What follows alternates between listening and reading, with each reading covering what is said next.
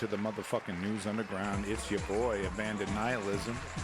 We got Leon, number one in the chat, followed up very closely by the number one Twitch streamer on Twitch, Lenny. Thank you, Lenny.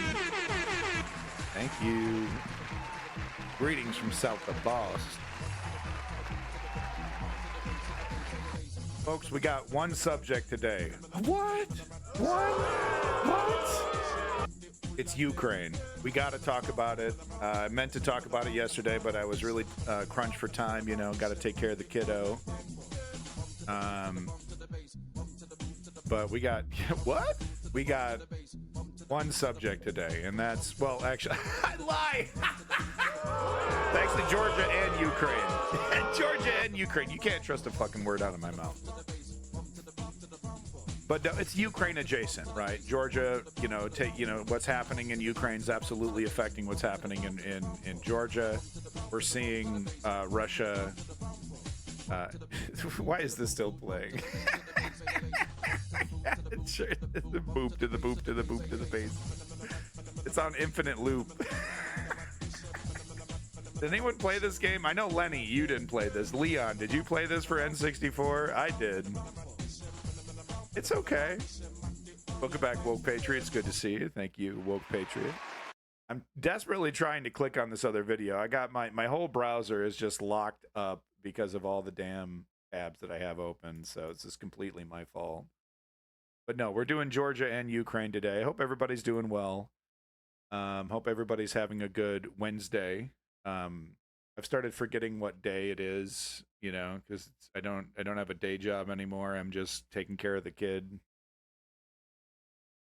So just found the Whispers feature, and there's a message from 3 years ago asking me to convince you to unblock a guy.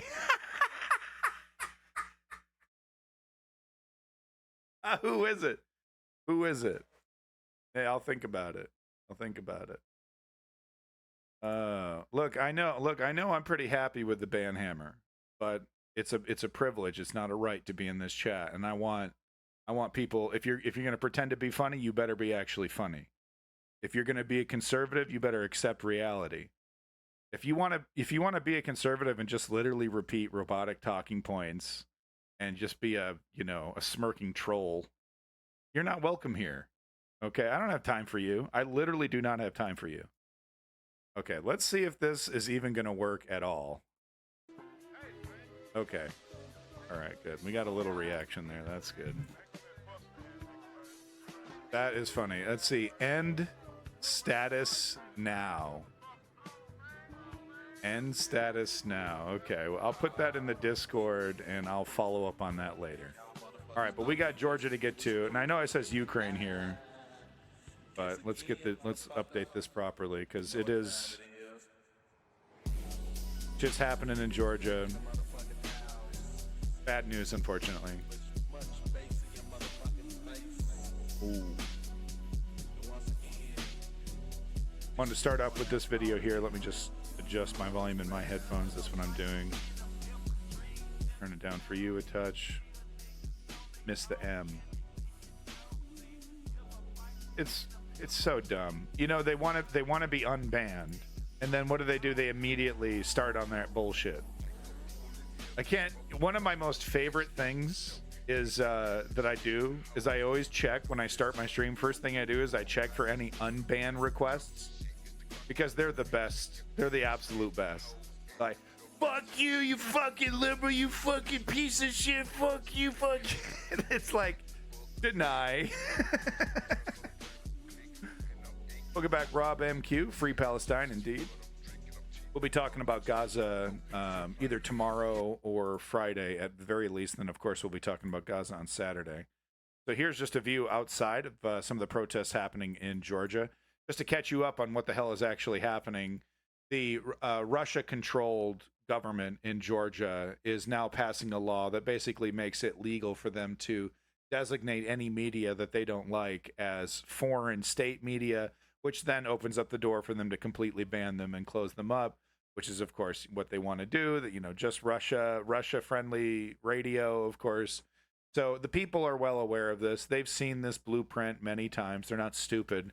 And apparently this is at least the second time that this was attempted, because the first time the protesters did win in preventing the bill from being passed, but that is not the case this time. And you know, the Georgian people know exactly what the fuck's going on. Hey, man, our reports. Thank you for that raid. It's very nice of you. 4 viewers. Have a good day, boys. My viewers are the best. Yeah, we'll see about that. I got a pretty high bar. And I'm not afraid to hit that flush button, baby. My fucking finger is itching to hit the flush. Okay? All right? You gotta be like the regulators, right? You gotta mount up. Or you just get the fucking axe, dude. I don't have time to waste on you. As he wastes time on them. Let's get to this video. So here you can see why the protesters won the first time. I mean, this is how you do it. Look at that. How beautiful is that sight? Right? How gorgeous is that sight right there? Now we're talking. Now we're fucking talking. And this is exactly what I was talking about just a couple days ago when I made the guppy large school of fish analogy, that the more anemic the activist left movement is, the easier it is for the police to hurt any one of us. But the larger we get as a mass, more bodies, the harder it is to hurt any one individual. Welcome back, Father Dari. Right. So this is just absolutely beautiful. This is absolutely one more time, just to see this, maybe without such loud noise there, but it's just absolutely beautiful to see. The Georgian people know exactly what the hell's going on, and so do the cops. And you know, there's always, and here's the thing, folks, there's always going to be the guy that picks the paycheck over his own liberty.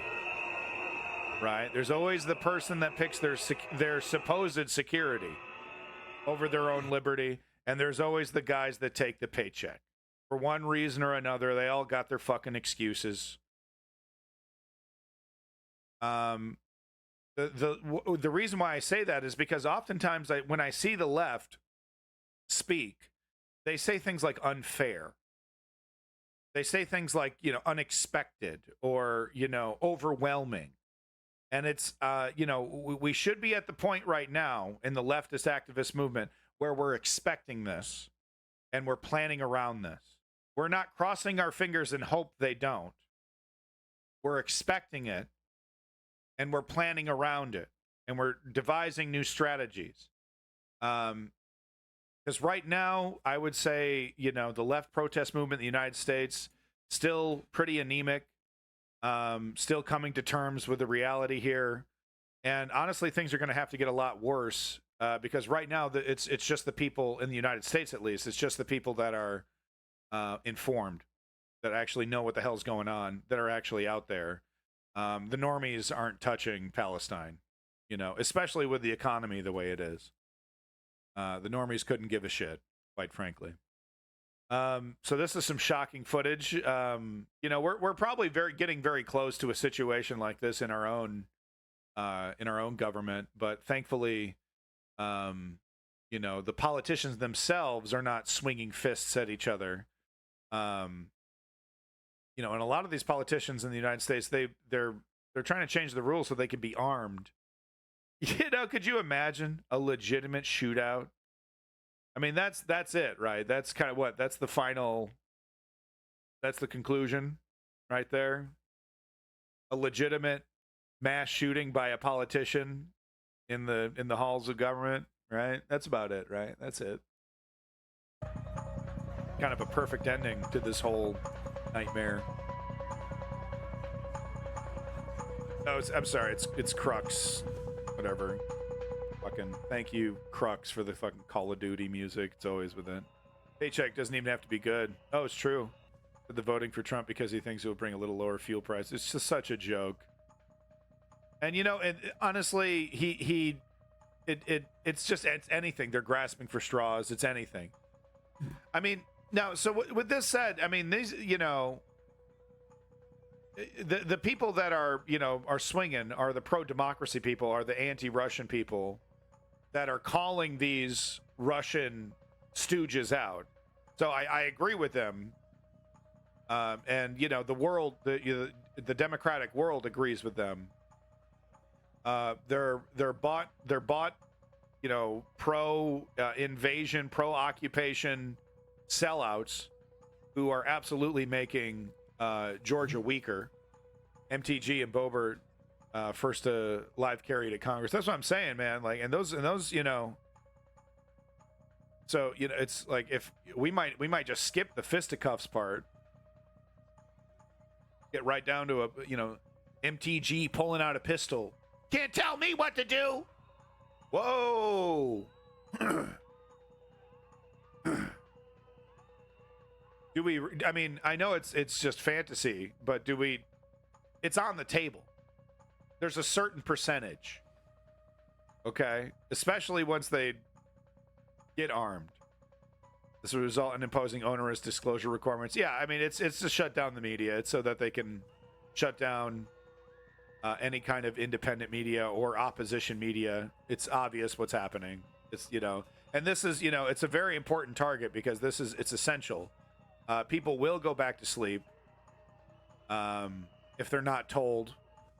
If things just get worse, and the options of information are reduced, it works. Is what I'm trying to say. Because then the next step is, of course, you make it illegal to be informed. You make it illegal to know certain things, right? And you get your social media presence is heavily monitored, and you make it illegal to know that things could be better, to know that this is not a real democracy, that this isn't free speech. And then of course the re-education stuff. Russia's doing all that shit. They'll give it different names, same shit though. Get your mind right. Same shit. Oh, good God. Does McDonald's brew coffee, or do they just kind of fucking, what do they do? This isn't coffee. Ugh. I think this is actually garbage juice. This is actually garbage fuel, dude. My God. Hold on, let me get the label on.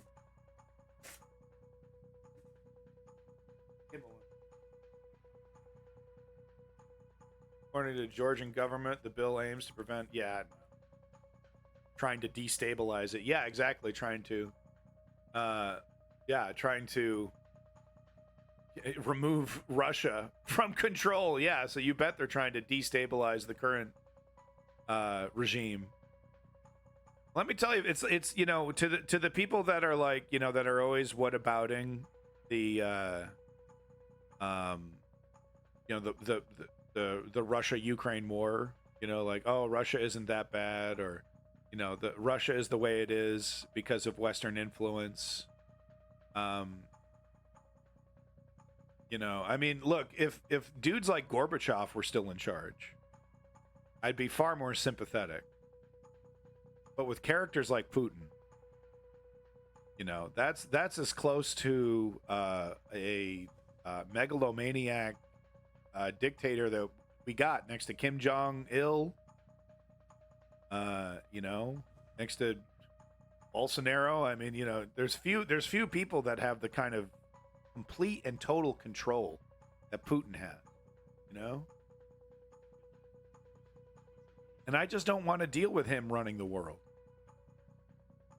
Saw news that Fisco Slokan prime minister, or who he was, got shot. Did not see any news. Perfectly good cultured coffee clone. No, the fuck it isn't. This is literally drippings from a coffee machine from 30 years ago. Okay, this is some like junkyard. They pulled it out. They just fill it up with water, and then they just go to the bottom and let the liquid leak out into this vessel. That's what they fed me. I refuse to believe this disgusting concoction was at once coffee beans and water. It tastes like anus.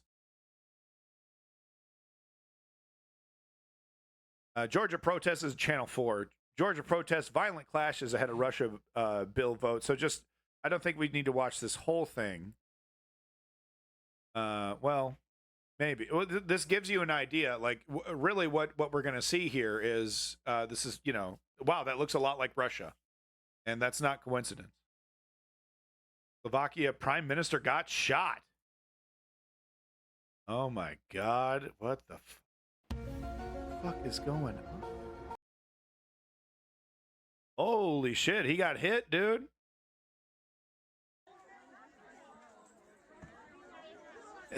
Calm down, nothing to see here. You did this. It's so true, Leon. You're so right. Okay, so no, they were pulling away the guy that shot him, I guess. Was that the guy? So that was what, maybe a pretend Secret Service guy? It looks like he's dressed like Secret Service. And then the homeboy's over to the left on the ground there. He's expected to survive. Wow, breaking news. Fucking breaking news over here. Slovakia prime minister, a bunch of mothers and old people are like, yo, okay, you know, wow. Wow, this is literally seconds after that happened. Fico got shot. All right, we need some follow up on this. I'm sorry. We need, this is absolutely essential. We got to figure out what the hell's going on. This is an assassination. Assassination of a prime minister of a government. This is pretty fucking huge. So thank you, Davey, for this link. Let's double check YouTube here, see if we got anything, any kind of clips from any news agency that we could show. What is my YouTube, dude? Oh, this shit happened 4 hours ago? Oh my God. See, this is what happens when you get kids, dude. I was with my kid all day. I didn't have time to watch the news, and then something crazy major happens, and then you're left with your pants down. Let's do some CBC. Oh, wow, look at this velvet. My God. Okay, YouTube, I'm sorry. You know, I have 6 megabytes of memory left on this computer, I guess. I need to do something about the tabs. Wow, look at the velvet. Gorgeous. Let's return now to that breaking news out of Eastern Europe. The Prime Minister of Slovakia has been injured in a shooting. Robert Fico was attacked as he met with supporters in a town northeast of the capital. The suspected gunman has been arrested. CBC's Abby Kuwathasan is on this story for us from Berlin. Abby, what happened here? Natasha, just in the last little while, we're getting confirmation from the government office in Slovakia that Prime Minister Robert Fico is in life-threatening condition after sustaining multiple injuries. The government office also says that he was rushed to hospital by helicopter. Shit, dude, they're covering him up with a fucking body bag, yo. I don't know, man. That's not a good sign. This incident in the town of Handlova. Now, this town is about 150 kilometers outside of the Slovak capital, Bratislava, and that's where reportedly the Prime Minister was attending a government meeting. And following that meeting, he reportedly was meeting with some of his supporters outside the building, which is called the House of Culture, when reports suggest that several shots rang out. Now, the Slovak broadcaster TA3 says that those shots rang out about 2:30 p.m. local time, and they say that Fico was hit in the abdomen. Now, there is a video from the scene as well where it appears that the Prime Minister is being carried by some members of his security detail into an ambulance. There's also an image which appears to show two police officers holding down what appears to be the suspected attacker. So the guy being thrown into the limo is the Prime Minister. The guy to the left is the guy that did the deed. I see.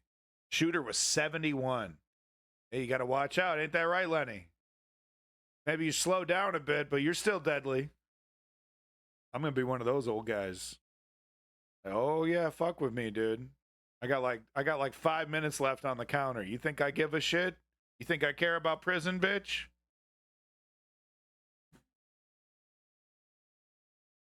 Fuck with me. Fuck with an 80-year-old me. Try it. Now, the president of Slovakia, Zuzana Šaputová, says that a person has been detained. There are reports that it was a man wearing a pale blue shirt. We do not know the identity of this person. We do not know the motive behind the attack. Now, Šaputová has reacted to the attack on her political rival, saying that it was a brutal attack. European Commission President Ursula von der Leyen has also tweeted calling it a vile attack and an attack on democracy as well. We've also heard from Russian President Vladimir Putin, who is an ally of Fico. All right, all jokes aside, and I don't really, I mean, it's, it doesn't sound like I agree with his politics at all. It sounds like he's actually anti-Ukraine, which is, that's fucked up. I don't believe 9 times out of 10, I don't think, because there are those rare instances, but 9.5 times out of 10, assassinations and this kind of wet work politics doesn't turn out the way you think it's gonna. You think you're gonna start a revolution, you think you're gonna move the dial one way or the other. You know what I mean? Like with Trump, right? Like that would definitely change things, but would that really change? Would that really be worth it for the left, for someone on the left, or someone who represents the left to go there with Trump? You know what I mean? Like it would probably end up to be more counterproductive than productive. So that's where I basically stand, is that this kind of shit really doesn't work. We got World War I. That's a pretty good example of why we probably shouldn't do this. Abandon. The Shinzo Abe assassination was super effective. That's what I'm saying. Like, I mean, sometimes, there's, you can't, it's politics. You can't rule anything out,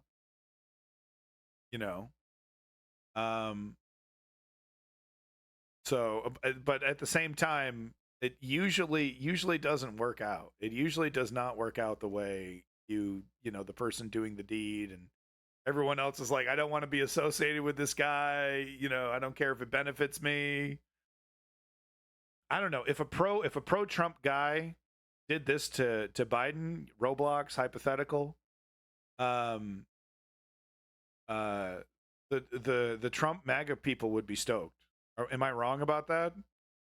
If MAGA hat wearing 71-year-old dude got shots, President Roblox, and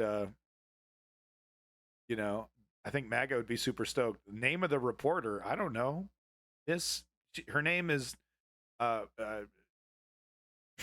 I don't know, breaking news. I don't know what her name is. So saying that there's no justification for this. Again, the 59-year-old leader, the prime minister of Slovakia, sustaining life-threatening injuries following a shooting in the town of Handlova, and the government office there is saying that he is in hospital and receiving care. There's a lot of them, though. CBC's Abby with us in Berlin. Thank you. Wow, okay. Well, there you go. Breaking news. That's all I got on it. I'm done riffing on this. I definitely agree. The security was definitely lame. Well, it looks like the Guardian might have a different angle of it, but I don't know. I guess we'll have to go. I'm sure it'll pop up on Twitter. So, Davey, if you do have the full version of the guy actually getting shot, you can go ahead and put that on the Discord. Won't of course be able to show you that. Sorry. Look, I know. I'm sorry. You want to see a guy get shot. I'm sorry. You know how easy it is to see that shit? Jeff Bezos says no. You don't like it? Too bad. Ask him. Ask him. I don't run the fucking place. Fucking Jeff Bezos. No, he told me. He said, don't show people getting shot, dude. I love the show. I love the energy. I love what you're doing. But that's my red line. All right, Jeff, that's fine. The Georgian government thought the steam was going to go out of these street demonstrations as a result of that vote this morning. They were wrong. If anything, the crowds that are gathering around Parliament tonight are bigger, it feels like to me, than the ones that were here last night. Listen, there's lots of detail around this piece of legislation. There will be another hearing tomorrow, and there's lots of political shenanigans going on around the scene. But this law, make no mistake about it, represents one thing to the people on this street: their country pivoting towards Russia. Yeah. For the thousands of demonstrators outside Parliament last night, this is the Georgian dream. Oh my God. The EU and Georgia, star-circled lovers in perfect step. Wait, this is with a mating no room ritual? for Russia. Oh, fuck yeah, dude. This guy rules. Georgian people don't want Russia. It's a government that want Russia. Oh, fuck yeah. And we believe in Europe. Fuck yeah. But there's another Georgian dream, the country's ruling. Look, man, you put a scimitar in one of those hands, the guy is a fucking washing machine of death. Party pushing through legislation that could set a different tone. The so-called Foreign Agents Bill is seen as a cut and paste of laws Vladimir Putin used to bring civic society and the media in line. It's not about the law, it's about the decision of the government to take Georgia in the direction of Russia and to put Georgia under the influence of Putin's regime. This coffee is disgusting. For these people then, with their ex-Soviet country's history, last night was a showdown. Not just between them and their government, but between two competing civilizations. They stayed out all night, determined to try to block Georgian Dream MPs from voting through legislation to the next stage this morning. At dawn, the police started to clear them. So it's just after 5 in the morning, and it would appear the police are going to try and clear the few thousand protesters that are still surrounding Parliament building at the top of the road. A line of riot police has arrived, water cannons. It's about to start. Thank you, the government had threatened jail terms for those obstructing MPs getting into Parliament. Folks, go ahead. There were scuffles. Around 20 people were arrested. But when the time came, the demonstrators were moved. The MPs arrived, and after a hearing that lasted 67 seconds in a half-empty committee room, for those outside the country, took a step closer to Russia. Yeah, this is disgusting. Yeah. On Saturday, like I said, what do we think? Okay, so now they have the ability to crack down on the media. Are they going to start cracking down on pro-Russian media? No, of course not. Come on. I mean, this is all it's kind of absurd. It really, I almost would prefer like a Stalin-esque kind of, no, we're shutting this down because we don't trust you with this information, right? You're the proletariat, fit into your role, get real Stalin with it. It's almost insulting at this point to pretend like this is anything other than what it is. With all the different names and all the different, it's not a crackdown on free speech. It's a new regulation to make sure that you're not to stop the overthrow of our government, and everyone you know what I mean. It's like there's this whole extra clever layer of propaganda of like spin that makes this all rather tedious, because this is so clear what this is. This is a lockdown of power, a lockdown on dissent. You go after the dissemination of information. Trump will absolutely go after MSNBC and some of those, and CNN and ABC if he gets the ability to do that. It's just regular dictator shit. Biggest demonstrations Georgia has ever Thanks, seen. Hyper, appreciate it. As opposition to the bill has escalated, so OnlyFans, too bro. has the price of opposing it. Last week, people who will be forced to register as agents of foreign influence had their homes and premises targeted by gangs of masked men, some caught on CCTV. Pro-Russian these are intimidators. all liars. This is no place in Georgia for agents.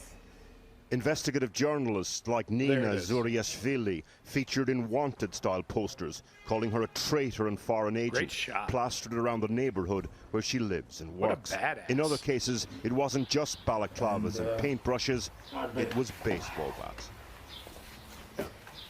If you don't want to listen the easy way, you can listen the hard way. And how many men This is how attacked Russia you? does things. And this is how America does things as well. At least. Differently, though. Professor Gia Japarisa is an academic who runs a think tank critical of the government and the new law. On Wednesday night, attacked outside his home. Yo, check the laptop. Did they say anything? I was blocking it, but check the laptop. Homie knows what's up. Yeah. Wednesday night, attacked outside his home. It's a very similar struggle. Did they say Russia, anything Ukraine. to you while they were attacking? Really, you could, if you want, you could look at Georgia as kind of like peering into the future of Ukraine if we don't stop Russia. This is exactly, we'll probably see what's happening in Georgia, but accelerated, right? Because of the war, it kind of justifies them just to really bulldoze this kind of stuff through. But if you want to take a look at what happens when we let Russia win, when we let the defeatists win, take a look at Georgia. Yeah, and they while beating me, one of them said why I'm against the law. The foreign agents bill. Yes. Yeah, exactly. So no doubt in your mind that this was a politically motivated thing. No, it was organized by the ruling party.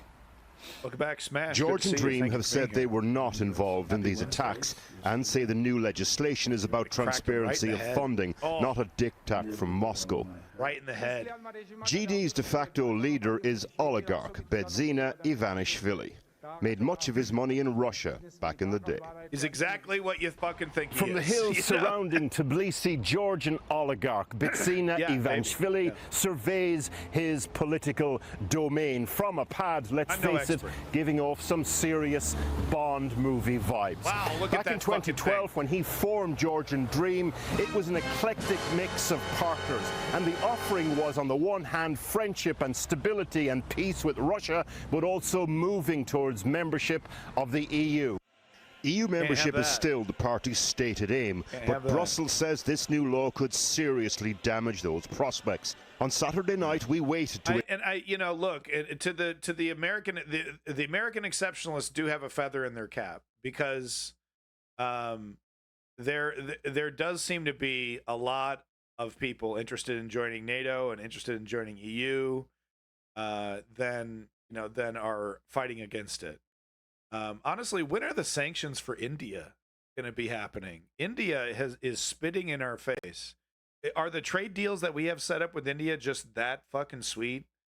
They're really undermining Western interests right now. I should say United States interests. But the more I understand about what, the opposition that we have, and it's crazy to me how much business we do with them. Russia invaded Georgia first. Well, 100%, Kim Goblin. Welcome back. It's good to see you. Haven't seen you for a while. Hope you're doing well. To interview a Georgian MP at the forefront of discussions with the EU. As demonstrators passed the Georgian Dream HQ, the chant went up. You're Russian slaves. So I suppose my first question is, are you? No, not at all. Of course, no. Of course not. But in Georgian society, Russia and EU is the most sensitive to topics. Russia in a negative way, EU is in a positive way. How do you have internet? 85% of population supporting European integration, and it says a lot. Over the years, Georgian Dream has in many ways brought the country closer to the EU. But remember, 20% of this country is still under Russian control after the war in 2008. And now with an increasingly aggressive neighbour, keeping Putin sweet has to be part of their equation. We are not. And what did Barack Obama do? That was under Obama's watch, right? Or was that Bush? I think that was under Obama. Man, it's amazing how inaction, it's because it's like, I don't want to agree with the communist McCarthyite, idea that infected, the justification for invading Vietnam, like we got to stop the commies.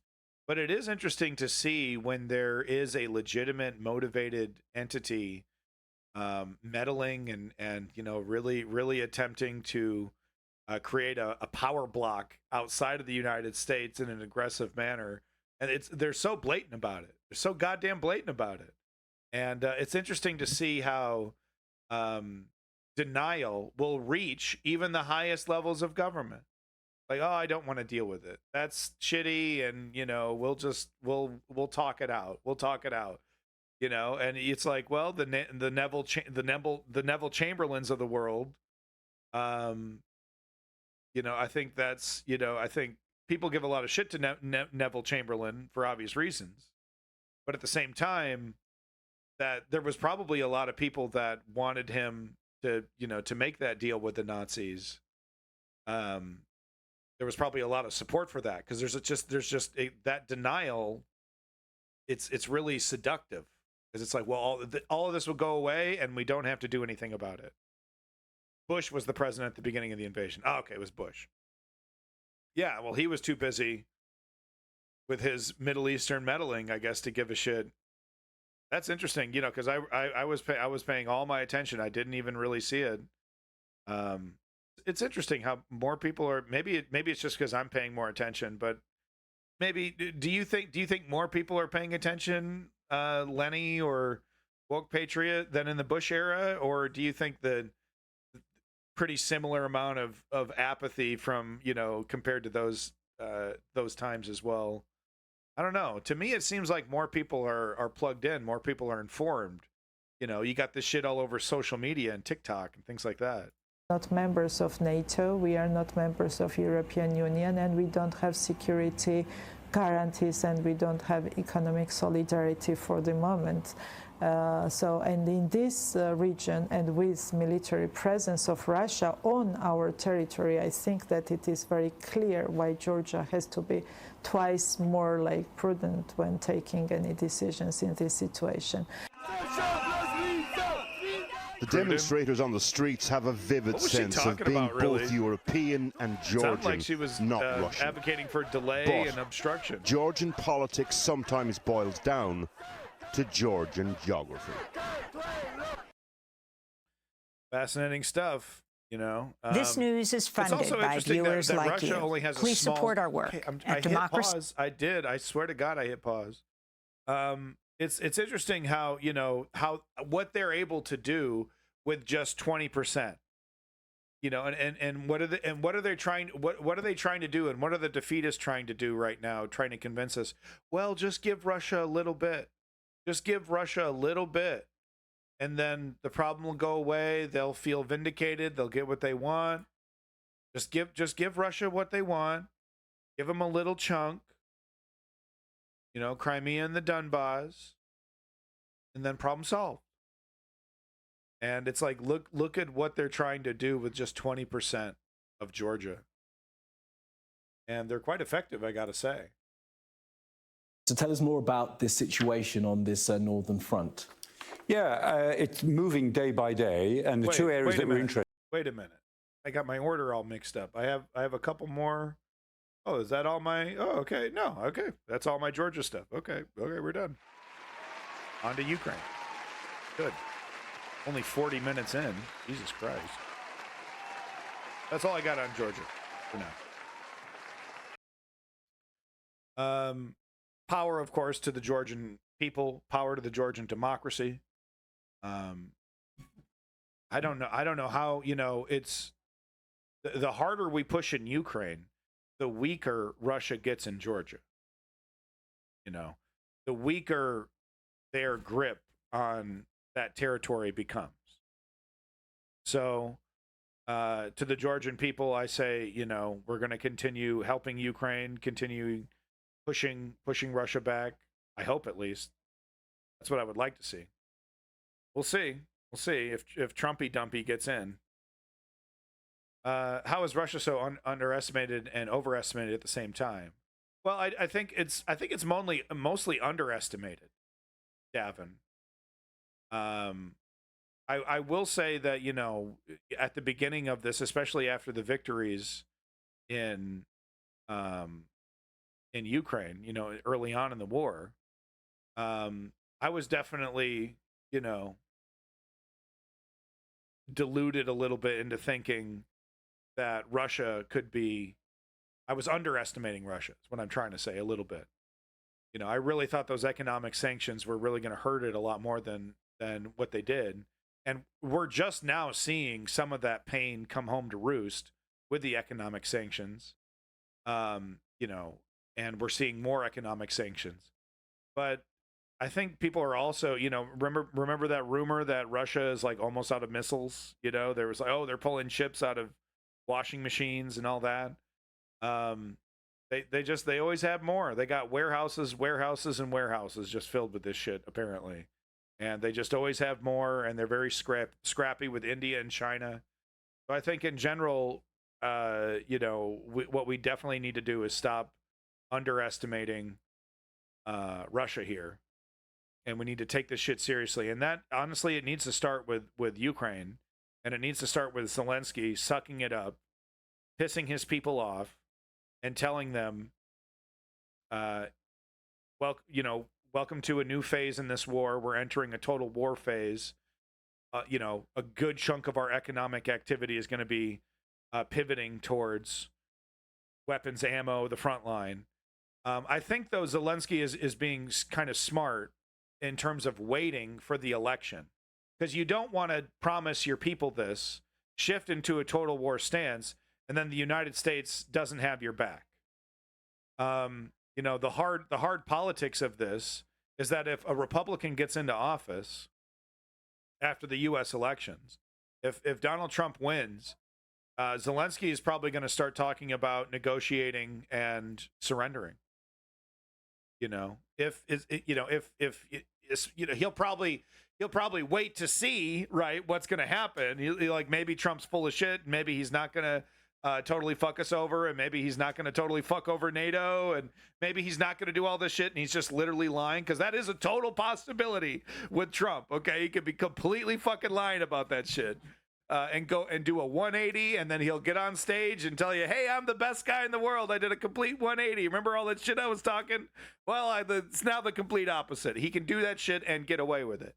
So it's smart for Zelensky to wait. But honestly, if I don't see Zelensky announcing like a total war transformation of his economy, or at least doing that in like a shadow way, I'm going to be pretty disappointed, because I think that's a big missing link, is that I think the Ukrainian economy needs to shift into, we're making mortar shells and armor and, you know, anything we can produce. that's what we're putting all these billions of dollars into. We're making these factories. That's my opinion, at least. Let's hear what the professionals have to say. Boeing was like, hold my beer.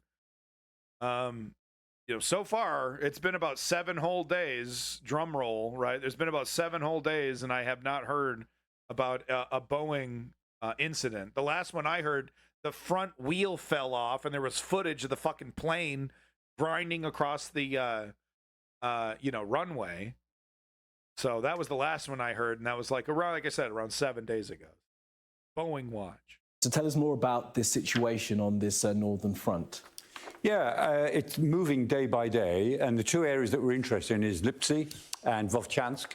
And the issue is that if the Russians can push towards Lipsy, then it brings Kharkiv within artillery range, and they'll do what the only really thing that they're good at, which is standing back and destroying an area with artillery and then moving into it. But more important, ultimately, is probably what's happening to Vovchansk, and they seem to put more effort in here, because if they can take Vovchansk, which is on the other side of the Donetsk River, then it sets them up to do something else, maybe to move southwards and possibly eastwards to link up with other troops. That would be a big move. The Ukrainians obviously want to prevent that, and in a way, whatever the Russians intend, they've now met their first objective, which is to make Ukraine detach troops from elsewhere to deal with this. Because the Ukrainians have moved some of their good units, parts of their 47th Mechanized Brigade, really good ones, 92nd, 93rd, the 57th, they're all good units, and they've taken elements of all of those brigades and sent them north in order to stem this advance. So it's had that effect. The Ukrainians are digging in properly. They're defending better than they were to start with. So this is probably going to be a static front unless the Russians can produce more material to push through. And if they do, of course, the Ukrainians will have to meet that. So it's stretching Ukraine even further during the period when they are under strain all the way around the front. Well, as Zelensky said as well, they seem to have pushed some back. So it seems there is some movement around that battle line. Partially pushed back is a more accurate term. I literally saw breaking points. Crystal and Sagar, the proud defeatists, literally saying Ukraine dissolving, front line breaking down, Ukraine, destroyed. Those were a few others that I saw when searching for Ukraine videos today. But the disinformation, bad actor grifters, and who are straight up defeatists. Yeah, that's you, Sagar and Janetti, you fucking defeatist. Are you still good buddies with J.D. Vance? Ah, Crystal, it's embarrassing. It's really embarrassing that you continue to associate with that trash, honestly. That lying, dishonest, talking head, Sagar and Janetti. He's a liar. Who cares? No one cares. No one cares, bro. Get back to the video. And we've heard from President Putin as well, talking about an increase in defence spending. How significant is that? Yes, so he made a statement today talking about increased defence spending. I mean, defence spending since before the war has gone up about threefold, about 300%. Can give you that answer. And so it is now about 8% of the Russian economy, and that's a lot of money. And Belousov, the new defense minister, of course, is an economist. Yeah, Davin, so thank you for making that point, because Russia is basically, and it's easier for Putin because he's a dictator. He's got full control of the media, and people are terrified of him, right? You'll fucking disappear if you talk shit about him. So he can enter a total war stance much easier. So I understand that that's a challenge for Zelensky, but regardless, I don't care. It needs to happen. Okay, there's far too many elements of the Ukrainian economy that are not being directed towards the war effort, and that needs to change immediately.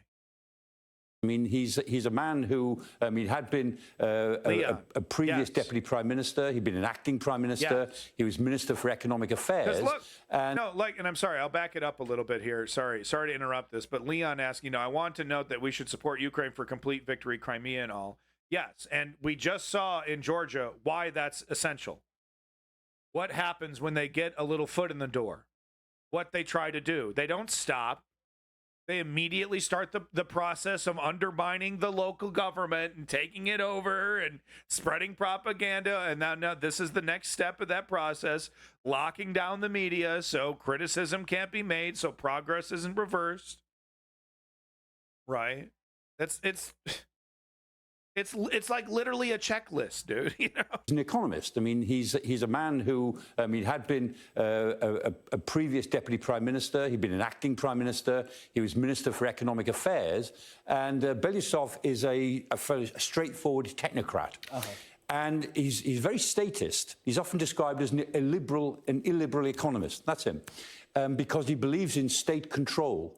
And he's very close, partly through Manturov, that he's also put in to be now first deputy prime minister, who directly connects to Rostec, which is the big state arms producer. So the arms producer of the state is now very close to the very top of government and the defense minister himself.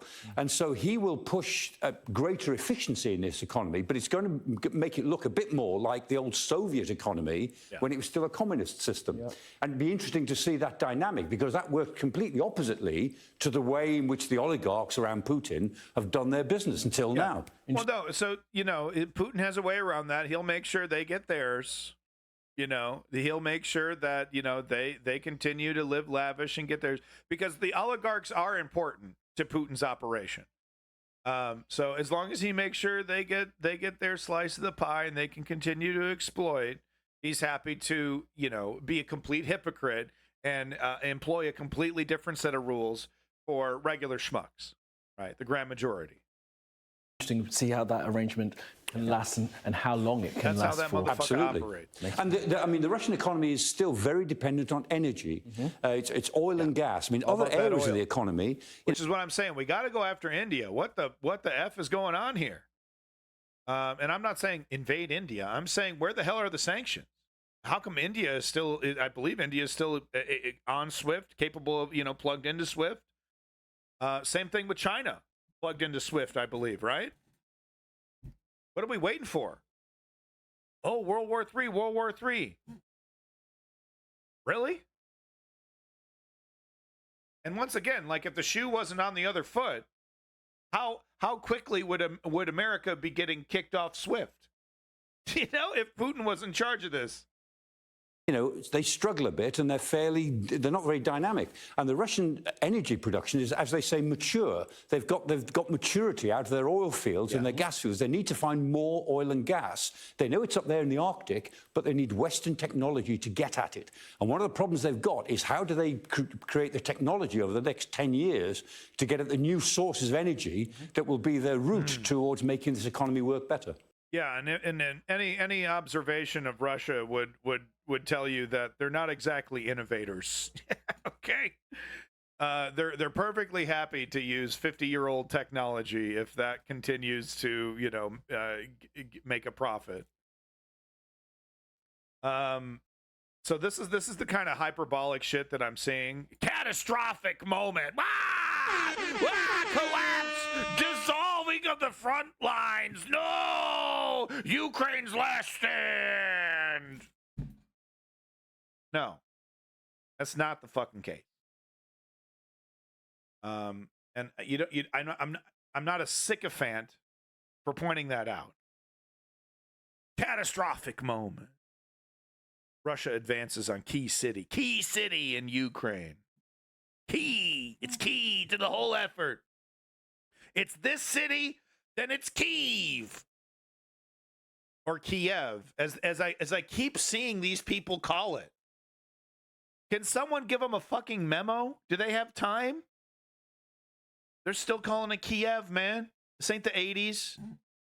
It's Kyiv. Secretary of State Antony Blinken is in Kyiv for a second day, trying to reaffirm U.S. support for Ukraine after the U.S. recently greenlit more than $60 billion in military support. But that aid's pretty late, and it comes just as Russia launched another round of ground and air attacks on northern Kharkiv. And the timing is not obviously they're timing this because they know the weapons are on the way, so they're taking advantage of Ukraine and its weakened state. Thank you, Mike Johnson. You strategic genius. You know, did you see that in your crystal ball, aka your Bible? You and your fucking son watching each other's pornography. Well, you know, you're jerking off to your son's porn, right? While Ukraine burns. Pathetic. Kyiv this morning. Officials say about 8,000 people have been evacuated from the area. The Ukrainian President Volodymyr Zelensky thanking the U.S. but pleading for even more help. It's air defense, the biggest deficit for us. Really, we need today 2 Patriots for Kharkiv region, because the people are under attack. All right, CNN's Nick Payton-Walsh joins us now live from that region of Ukraine. And are we in this or not? Are we in this or not, Joe? He didn't ask for space lasers. He didn't ask for nukes. He didn't ask for chemical weapons. He asked for like fucking air batteries, air defense. We can't pull a couple out of the warehouse, Joe? How about, can we ask BB to ask Joe? Can someone pass a note over to BB? Ukraine. Nick, good morning to you. We're just learning that Zelensky is also postponing his participation in all international events in the coming days because of the situation on the ground there in Kharkiv. What can you tell us? Yeah, I mean, look, that is just a reflection, frankly, of how grave it's getting north of Kharkiv. Part of his job is, as you were saying, to go round allies and make the urgent case for more, better aid quickly. Now, what we're seeing north of Kharkiv, let me make sure people understand the context of this, is not another... So, guys, this is catastrophic. The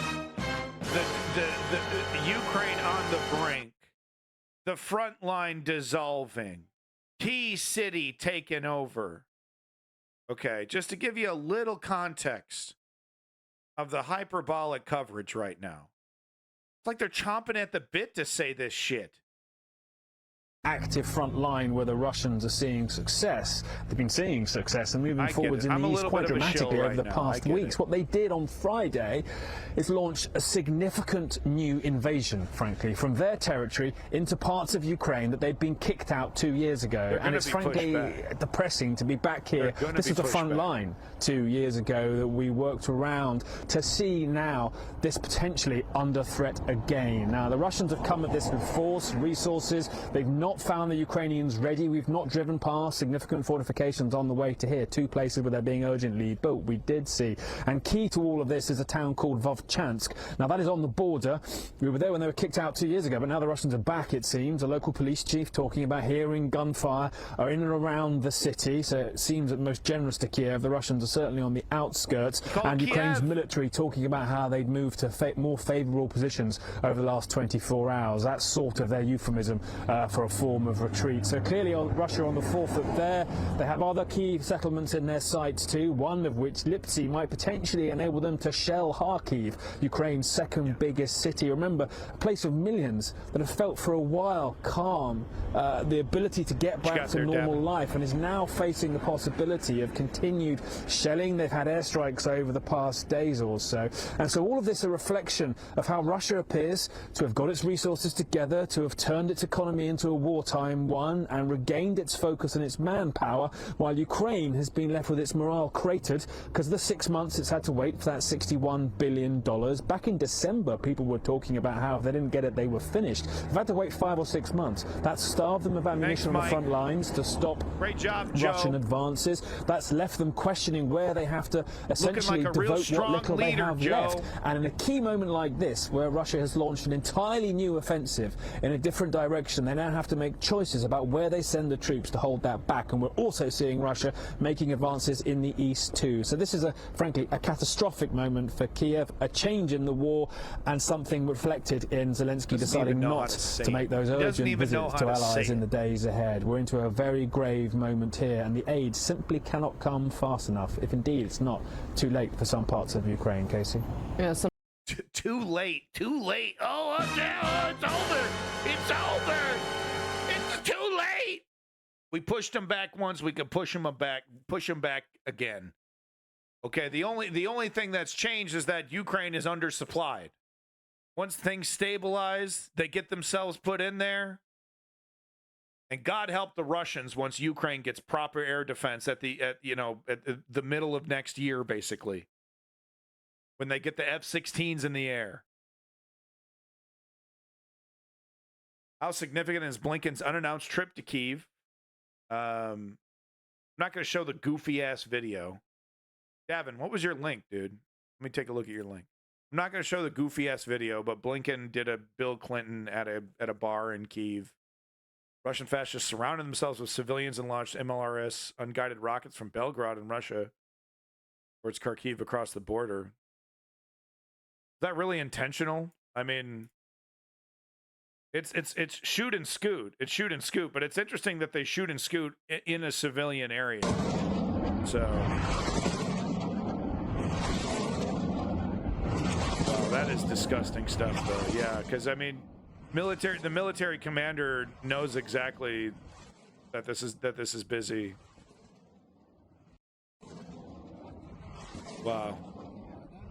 Totally taking that is militarily taking advantage of Ukraine's adherence to international law right there. Totally underhanded.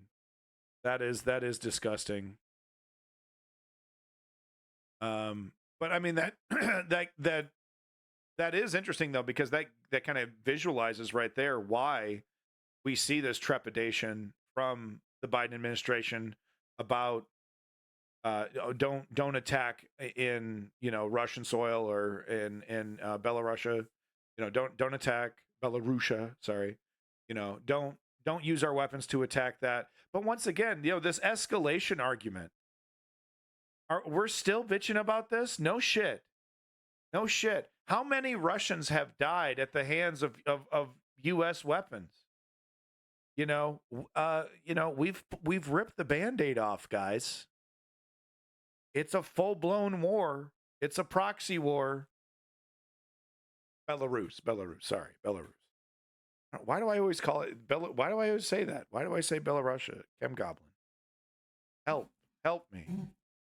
All right, but let's dig into it. Let's see what Sky News has to say about it. Now, can someone correct me if I'm wrong, but Blinken has approved the use of some weapons in Russia, of course, to strike military targets, not to terrorize civilians.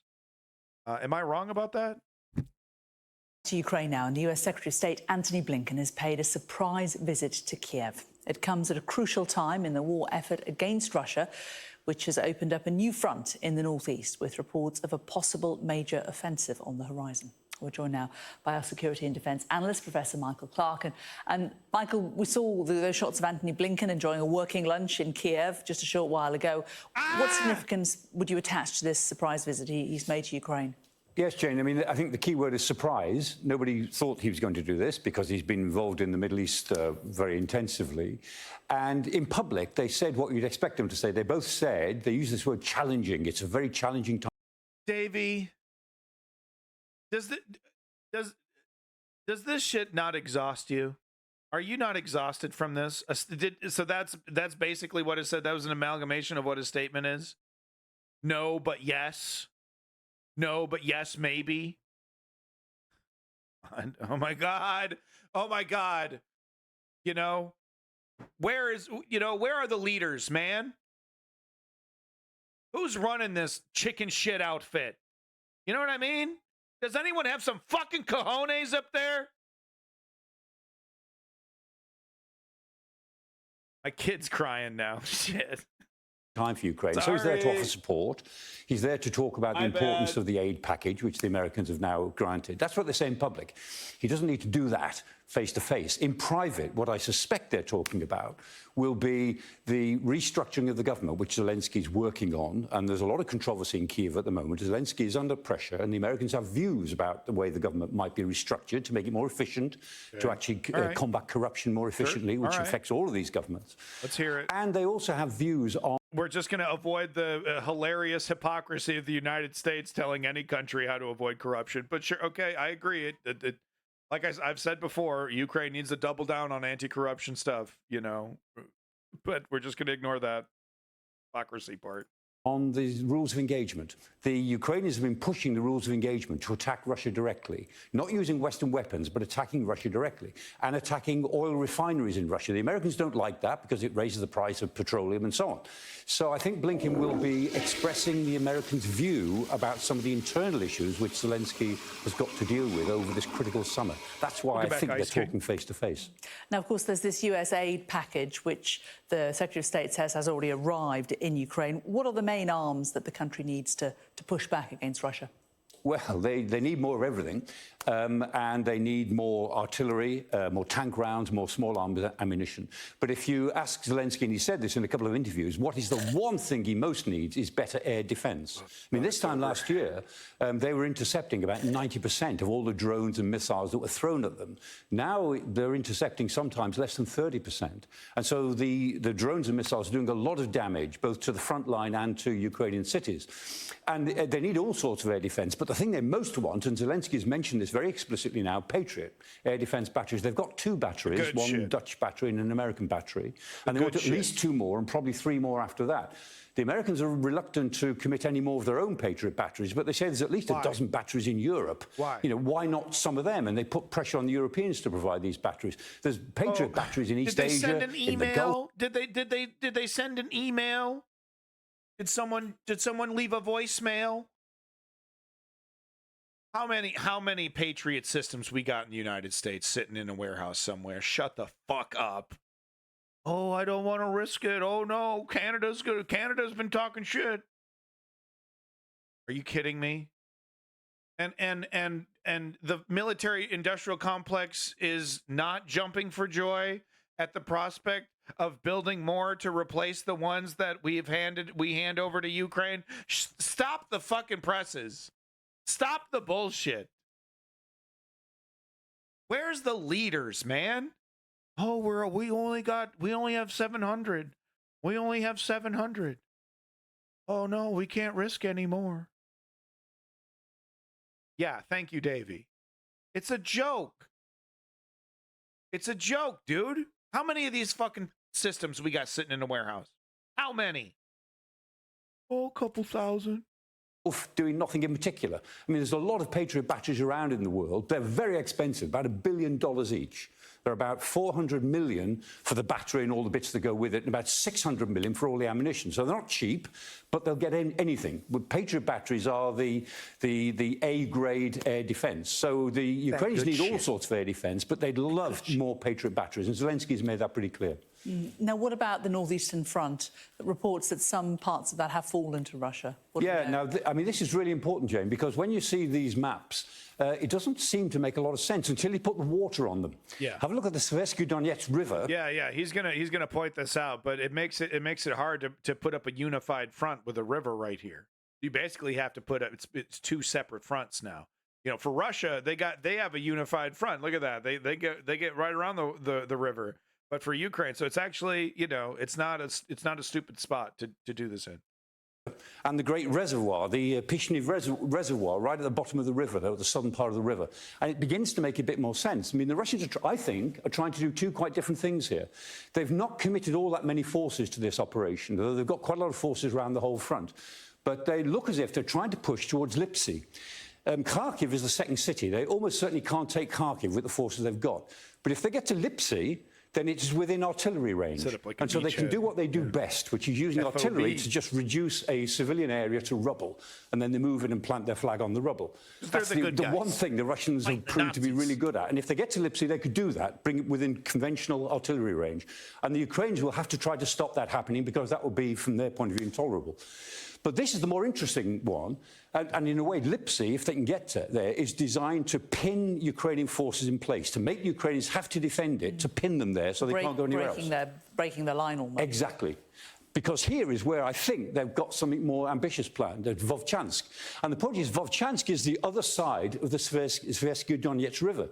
And the Russians have been attacking the bridges. Now, if they wanted to actually swing towards Kharkiv, they'd leave the bridges where they were. But they're not. They're dropping them. Why? Because they're going to go the other way. If they can get Vovchansk, and they haven't yet, then they don't want the Ukrainians coming over the bridges after them. And so I think they'll swing the other way. I mean, this is what they would like to try to do. Why would they do that? Because off the map here, at Kupiansk, They're putting Ukrainian forces under great pressure, Kupiansk and Lyman. If they can break through there and link up between Vovchansk and Kupiansk, then they've got themselves a belt. And then where do they go? They go, if they can, they then go southwards towards the Donbass. Now, sounds scary. Watch out, right? Should we give up? How do we negotiate our defeat, right? Breaking point. Sagar, what do we do, Sagar? Well, we get on our hands or knees and we say, thank you, Pootie.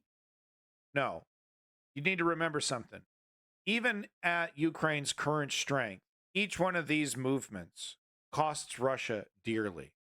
And I know it seems like the soldiers will never end and the equipment will never end. And this, Russia is shifting into an industrial war stance and to ensure that it'll never end. That is just impossible. That is impossible.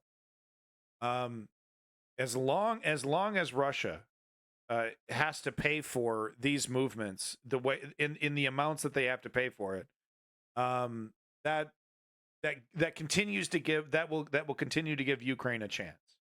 But the moment that they're able to make these movements without those kind of mass sacrifices, that's when shit's really hitting the fan. We're nowhere close to that. We're nowhere close to them being able to make these big sweeping movements across the map, even at full strength with well-trained troops. They won't be able to do that. Like I said, it's kind of a mad dash. I suspect once Ukraine gets dug in, I mean, once they're able to put up a proper defense here, properly supplied, that we'll see this diminished. That's my hope, at least. Especially if Russia is leaving certain areas in the south vulnerable. Because nothing would, and there's some evidence of that. They've taken an island. I'll be reporting on that. They've taken an island in the south near Crimea. That's a great staging area to take more of that territory. So it might be an opportunity in the south that Russia is betting that Ukraine won't have enough strength to actually do. But maybe there's something happening that we don't know. Cross our fingers. Let's see. From Kharkiv, this is the area that they lost last year, remember, and then northwards from Chasiv Yar, where they're fighting very hard to link up. Yeah. Now, that would be a very ambitious campaign plan. Very ambitious. But if I was a member of the General Staff in Moscow looking at this, I'd say that's what we ought to try to do. If we can stretch the Ukrainians so far that they can't stop us, then we can start to move in the way that we always wanted to move as a proper maneuver army. No, I think this is too ambitious. I don't think they'll be able to do it. But if they were a proper maneuver army, if they can get themselves into gear, and if the Ukrainians cannot stop them and get pinned to the west of that with too many troops trying to defend Kharkiv, then that's a plausible outcome. So I think the Vovchansk operation is to operate at the other side of the river, not to try to cross the river, having dropped all the bridges. Really interesting, Michael. I hope they're not watching. Yeah. Russia. I hope they're not watching.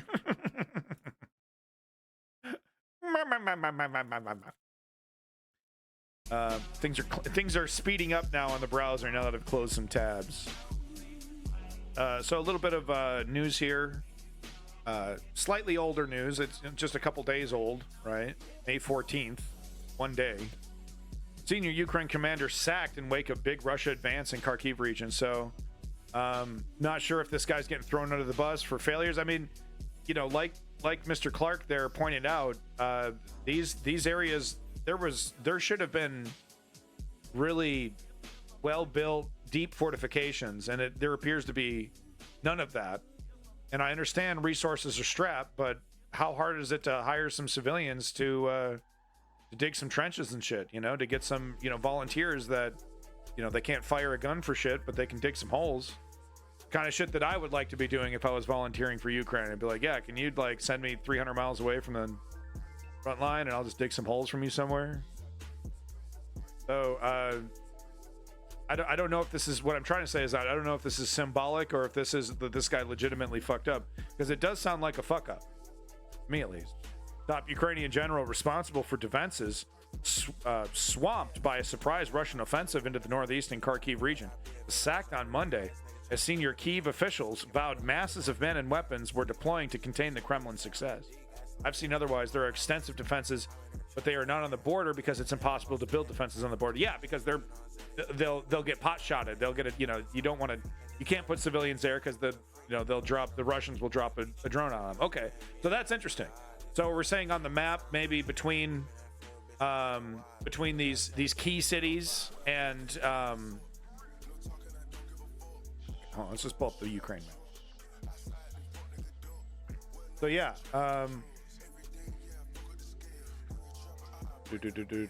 so we got it up over here. Oh, and it's can you in English? Can you give me an English one? No. Okay. So here's Kharkiv. We saw. Lips. Okay, these are in English. They are in English. I'm just an idiot. Okay, so you're saying there's possibly defenses right here, in between Lipsy and Kharkiv. Same thing with Volchansk on the other side. You're saying there's possibly heavily dug in defenses, because obviously they can't build on the border here. So they're very possibly here. So we are gonna watch a couple reporting from Ukraine videos. So we might get more information on this. But that is interesting. That it's not totally naked there. They were digging in, but it's impossible to dig on the border there. So wait a minute, Davey. I thought Ukraine was dissolving. Look, I gotta show you this. Okay, look, I gotta show you this. These people are a joke. It was the Hill and breaking points. But look at this. Look at this headline from these fucking hacks at breaking points. Show you this. I'm sick of these people. Wow.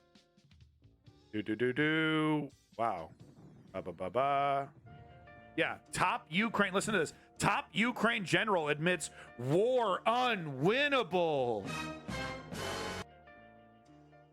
Look at this crap. All of this. There was another one. Did they change it? Was it that old? I can't believe it was that old. No, this was just recent. Maybe they changed their headline that I saw. But I mean, this is a perfect example right here. Unwinnable. Unwinnable? Ukraine general. Who'd they dig up for that? I'm tired of breaking points and the Hill. Let me show you the Hill as well. It's a bit of a joke. Maybe the Hill was the one I was thinking of. Brianna Joy Gray, sorry. Let's see here. Which one was it? Yeah. Blinken, this is the one I was thinking of that was like, come on. Blinken rocks out in Kyiv bar as Ukraine hangs on by a thread. Hangs on by a thread? I'm sorry. No objective observation of the current situation could conclude with that. Hangs on by a thread? Oh yeah, this is Stalingrad. We got months. These people are supposed to be, they would call themselves journalists. They would call themselves objective.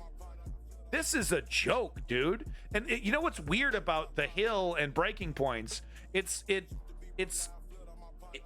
some kind of new form of centrism, I guess. Because it's not lefty. It's not full MAGA righty either. Hangs on by a thread. I'm sorry. Okay, I'm done. Moving on to my next story here. Hold on here. Top Ukrainian general responsible. So he was swamped and fired. Brigadier General Yuri Halushkin, commander of Joint Forces Kharkiv, the top headquarters for Ukrainian troops deployed opposite Russia's Belgrade Oblast, was relieved of duty some 72 hours after Kremlin forces pushed across the border to grab at least 5 villages and break into the regional town Volchansk. The semi-official RBK Ukrainia was the first news platform to report senior leadership in Kyiv had yanked Halushkin from his job. Who cares? Major blah, blah, blah, blah, blah. He took over command. Okay, although a possible Russian offensive into Ukraine's Kharkiv region had been widely expected for months, the actual Kremlin attacks, when they came, reportedly found weak Ukrainian defenses. And in some cases, outnumbered Ukrainian troops, many of them lightly armored territorial defense infantry. These retreated when hit by Kremlin tanks and artillery. Yeah, look, I mean, but that's, you know, we've been talking about this. It's called schizocentrism. Thank you, left-handed. I don't know what it is, because it does feel schizophrenic. What do you fucking believe in? What does Breaking Points believe in? Oh, well, it's journalism. It doesn't believe in anything. It's both sides. No, the fuck it isn't. Sagar Enginetti once said it's more dangerous for children to wear masks because of COVID than gun violence. The #1 killer of children in the United States. And he said it with a straight face, and Crystal just kind of awkwardly smiled through it. It is schizophrenic. Schizocentrism. There we go, baby. We are solving problems. We are solving problems. The Ukrainian defeat gave Russian forces control of an estimated 162 square kilometers. That is pathetic. That is shameful. Someone does deserve to be under the bus. 162 square kilometers of border territory and 10 villages in a pair of 5 by 8 kilometer deep salients projecting into Ukrainian defenses. Yeah, someone needs to go directly under the bus. Do not pass go. Although the Russian advance overran a thinly populated region with no industry and appeared not to threaten Ukraine's second biggest city, Kharkiv, 30 kilometers to the south, it was Ukraine's worst loss of ground to Russia since March 2022. Thanks a lot, Mike Johnson. Great leadership, Joe. In the months before the failure, senior and Republican claimed Oblast, we fortified some Ukrainian media disparaging, blah, blah, blah, blah. This week's situation is significantly worse again. Sersky, blah, blah, blah, blah, blah, blah. I'm just looking for...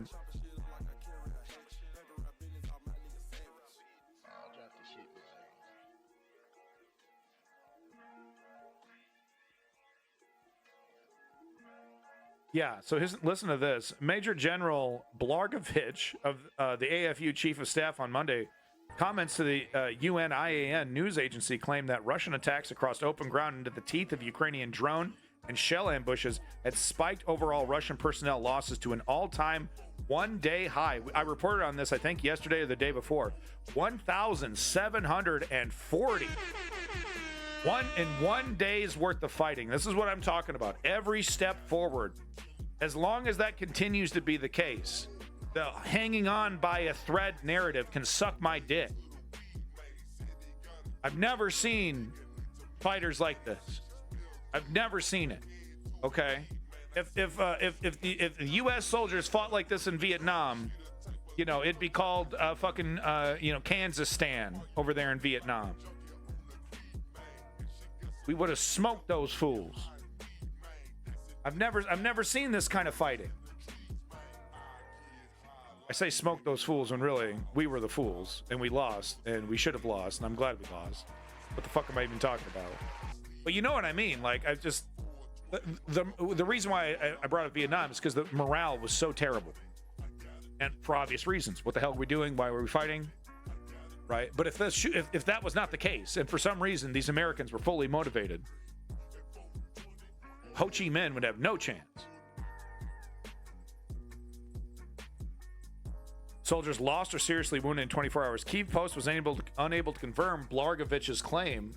Like Drapa TV, Blargovich is one of the officials picked by Sersky to refresh top leadership of the AFU. All right, so grain of salt, 1,500. You know, and a lot of the time when these numbers are reviewed, they're confirmed as accurate, but not every time. We've definitely seen cases of the Ukrainian government, you know, fudging the numbers a bit. Ukrainian troops pull back in Kharkiv after Russia offensive. So this is 6 hours ago, folks. The bad news is continuing, unfortunately. Ukraine has pulled back its troops from several villages in the border region of Kharkiv following continued pressure from Russian forces. Soldiers have come under heavy fire and moved to, quote, more advantageous positions in 2 areas of the northeastern region, military spokesperson said. Throughout the course of the 2-year war, Ukraine has typically used this type of language to signify a retreat. No. BBC. I mean, technically, yeah, they don't want to be surrounded. They need to put themselves in a more fortified position. It's technically a retreat. Oh, yeah, I guess so. I'm sorry. I'm shilling it up today, but I'm just so pissed. I'm just so pissed because 6 months we've been waiting on this. President Volodymyr Zelensky has canceled all upcoming foreign trips as troops struggle to contain the new cross-border incursion, with several towns and villages coming under heavy fire. As Press Secretary Sergei, Nikorov said the president had instructed all international events scheduled for the coming days to be postponed and new dates coordinated. So he said, hold my calls, crisis mode. And honestly, this is where Zelensky has dropped the ball with his leadership, because it wouldn't be such a crisis mode situation if Ukraine was in a more total war stance. Because then more resources could have been put into defending these northern border regions. Because it's not like they didn't have it, like they war gamed it out, right? Of course, there was the possibility, but they just did not have the resources to put it there. When you take resources away from a region, more guys die because they're not covered as well. They can't rotate as much. More mistakes are made. So more people die. So it's this gruesome, brutal shuffleboard game that you're playing with everyone's lives. That's what being a military leader looks like, though. You have to make those hard decisions. So there's probably a very good technical reason why the northern area was as bare bones as it was. I think the old GOP blocking that aid package is the blame for this directly. Absolutely. But with that said, I'm not going to remove the whatever blame is appropriate for the guy who's running the goddamn show. I understand there's special deals with Israel, but I just, Barack Obama was able to bomb motherfuckers all day, do whatever the hell he wanted. No request. It was all an emergency. It was all emergency funding. George Bush gave him the powers to do that after 9/11. I just find it really, really, really hard to believe that Joe Biden couldn't find anything. And, there have been reports of secret stuff that was sent. Right. I don't know, man. Feels fucking weird that the commander-in-chief, who apparently Mike Johnson's more powerful than Joe Biden. I get it. These things do need to be appropriated. Funds need to be approved. That's, the power of the purse. That's where it belongs, in the Congress. I don't know. It just, I've in my gut, and this is my personal opinion, because I don't have all the facts in front of me, but it feels like Biden dropped the ball on Ukraine as well. But yeah, grand majority of this blame does go to the right-wing Republicans who, for fucking political reasons, played with Ukrainian lives. Yeah, Ice King. Plenty of blame to go around, but no, if you wanted, if there was one element I could Thanos snap out of this one, it would be the right-wing Republicans and their stupid political, Donald Trump said it's bad, so it's bad now. Bullshit. Moscow has claimed its forces have now taken control of 2 more settlements in the region. Lukyansk and Holblok, and the village of Robatna. I know how to say that one. In the southern Zaporizhia region. See, I know how to say that one. Fuck you. I know how to say that. That one looks difficult, doesn't it? No, not to you. It probably looks like. Ukraine says its military still controls most of Robatna. It's great news. News website Ukrainiansky Pravda reports, citing a spokesperson for any army brigade fighting there. Russian troops are actually only on the outskirts. Sergei Skirbichek told the website. Inside the village, there still are positions. Okay, great. Robatna was one of only a handful of settlements Kyiv retook in its summer counteroffensive last year. I remember that. We reported on that. A spokesperson for the Ukrainian military said the decision to move troops from Lukyansky and Vochansk areas was taken to preserve the lives of our servicemen and avoid losses. So exactly like I'm saying, that when areas are not as well covered, people die. I think Putin could have been more involved if we were not avoiding direct confrontation. Yeah, Pucker. And I honestly feel like that's we are in direct confrontation. Can we wake the fuck up? What, this isn't a proxy war against Russia now? What's your opinion on the U.S. massacre of Iraqi civilians? Disgusting, embarrassing. The fact that we're still in Iraq is embarrassing.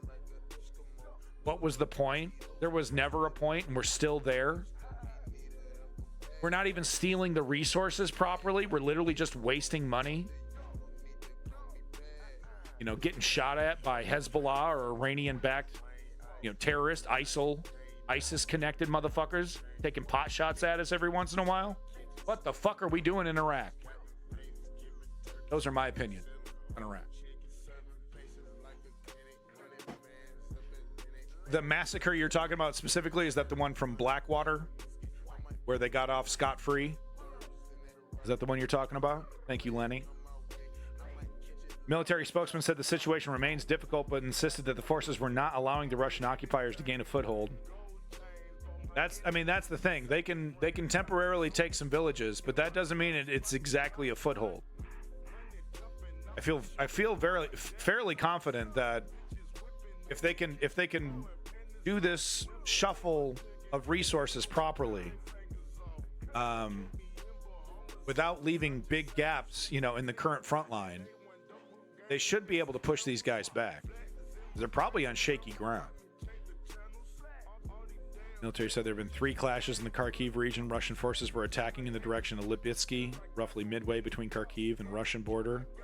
Statement added 2 strikes hit the villages of Lipitsky and Malaya Danilivka, while Ukrainian forces repelled an offensive in Vochansk. Ukraine's head of intelligence, Krylo Budanov, had earlier said troops had stabilized the front line. Okay. This shit doesn't happen overnight. It takes days, weeks, sometimes to respond properly to surprise movements like this on the battlefield. If you'd like to read the rest of this BBC article, I'll send it over to you. Here's the link.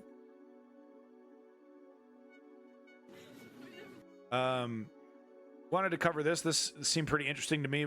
We will be doing the battlefield analysis videos at the end of this, so just a heads up if you want more battlefield information, frontline information. That is still to come. Stick around. I did want to show this video here, though, because this gives us a look at the pressure that Zelensky is under, right? When I say, oh, Zelensky, you need to go into a total war stance, he's like, yeah, easier said than done, asshole.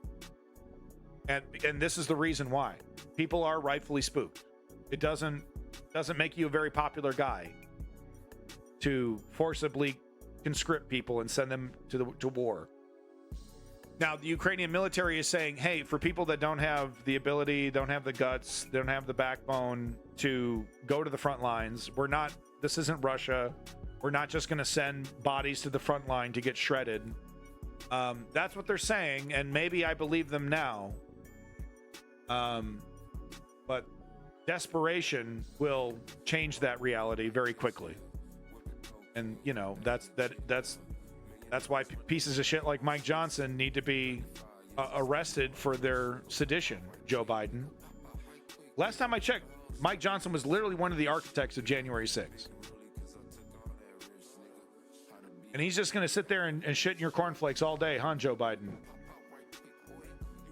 Pathetic. NATO should simply send troops into Ukraine, occupying every. Yeah, we've actually talked about that. That's exactly what Davey recommended, and I think I agree with that. It's absolutely an escalation. I agree with that statement that sending NATO boots on the ground to defend northern Ukraine, to relieve those troops, send them to the front lines.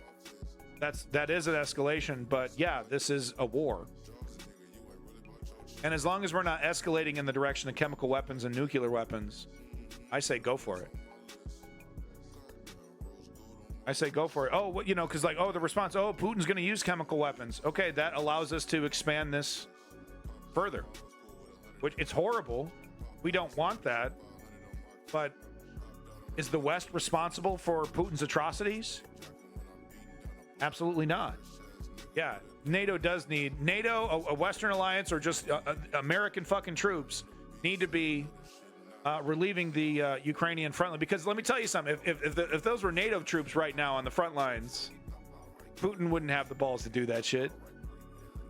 Putin wouldn't have the balls to do that shit.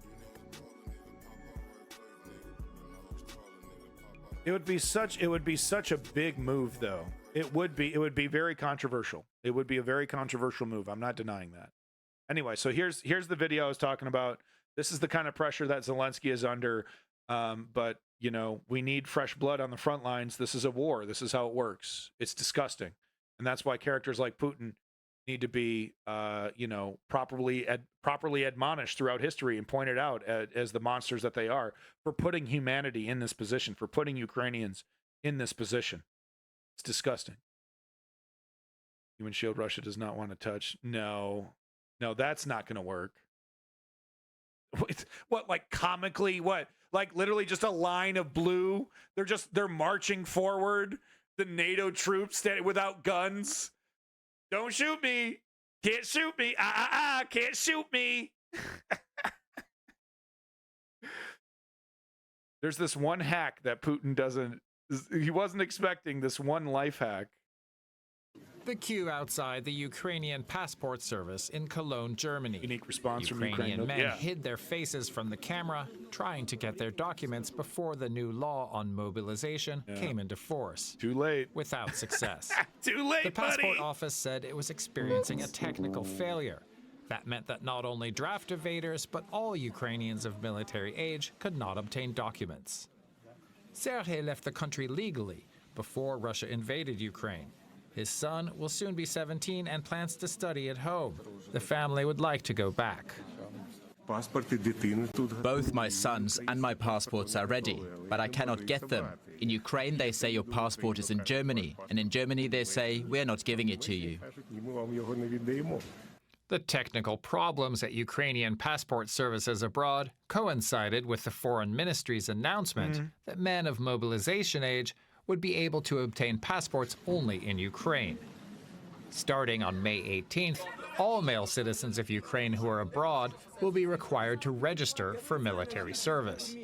However, it's not yet clear exactly how to do this outside the country and what documents they'll have to submit. Look, I don't mean to be glib, and it's really easy for me to say this, but because I'm not getting drafted, I'm not getting sent to the front line. But I see a lot of able-bodied men here, and yeah, you guys, your country, is literally being invaded. You got to contribute. You got to contribute. Look, I get it. A lot of these guys don't want to pick up a rifle and kill somebody or get killed, get tortured. A lot of these people are worried about getting tortured by Russia, and rightfully so. But surely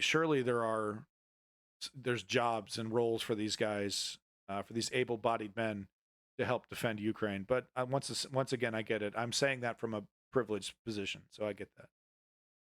Meanwhile, lawyers say all male Ukrainian citizens, including those who have lived abroad since birth, are subject to the... Hey, Lectasum, what happens to Moscow 30 minutes after Russia fires its first nuke? Could you please explain to me what would happen to Moscow about 30 minutes after Russia launches its first nuclear weapon?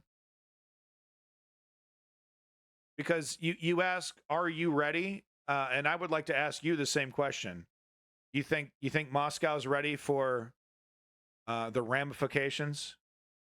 You think what, we're all going to be like really impressed with your brutality and be like, whoa, and we're just going to sit back? Could you explain to me what happens to your capital city, where the seat of your government currently sits? What happens to that location 30 minutes after your little nuke goes off, anywhere, at any time, for any fucking reason? Because it ain't nothing. The answer is definitely not nothing. Draft. The German government has not commented on Kyiv's decision to stop providing these consular services. But the Interior Ministry has said that Ukrainian men would not be deprived of refugee status in Germany. I'm confident that this will not affect the status of refugees from Ukraine who need protection, regardless of whether they are women, who are the vast majority of such refugees, or men. This status is valid directly throughout the European Union, precisely because of the flight from the Russian war of aggression. Personally, I would like to see incentives for these people. Hey, come back. Come back, serve your time, and the government will subsidize, a home for you. Something big, something that will get like, something life-changing, like, hey, $50,000 or something, But no, I think like a big tax break, a big subsidy on building a house or buying a house, something big, you know. Instead of the stick, use the carrot. Now, once again, really easy for me to say. I bet, does Ukraine have $500 billion to be, you know, carroting, you know, all these guys, try to pay for everybody's bills? I don't know. Something, you know, try to incentivize it a little bit. Try to get these people back in. So it should not affect it.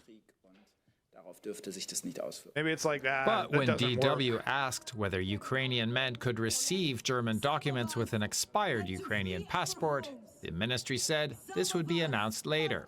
Ukraine's government, meanwhile, says that Ukrainian men have not only rights, but also responsibilities, including protecting the state. And Kiev says it is necessary to regulate the situation when many men of military age live abroad. Yeah, you know, this is really tough for me as a person who, I don't like war. I consider myself anti-war, unless war is being brought to me, unless I have to defend myself. So if I'm in the Ukrainians' position, I'm fighting back. If I'm in Palestine, if I'm living in Palestine, I'm fighting back. So it's really tough for me to kind of agree with that. Protecting the state.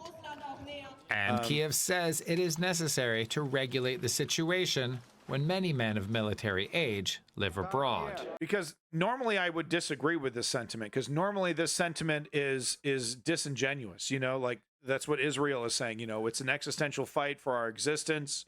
You know, that's what Russia says. You know, we're going to be invaded by Ukraine and all this, and it's very disingenuous when they're forcing people to fight. But in the case of Ukraine, that is not the case. That is not the reality. This is an existential fight for Ukraine. We don't even know if Russia were to get to Kyiv. We don't even know if they'll just change the name. We're not even sure if that's on the table. Like literally, it's no longer called Ukraine. I personally don't think that they would do that. But we've heard these discussions happening about, and of course, what do we see when Russia takes over a town, takes over a village? They immediately change the signage. They immediately change the pronunciation, the language that has to be used, forcing Russian citizenship on the people as much as possible, forcing them to participate in their sham elections at the barrel of a gun, intimidation. So this is a legitimate existential fight.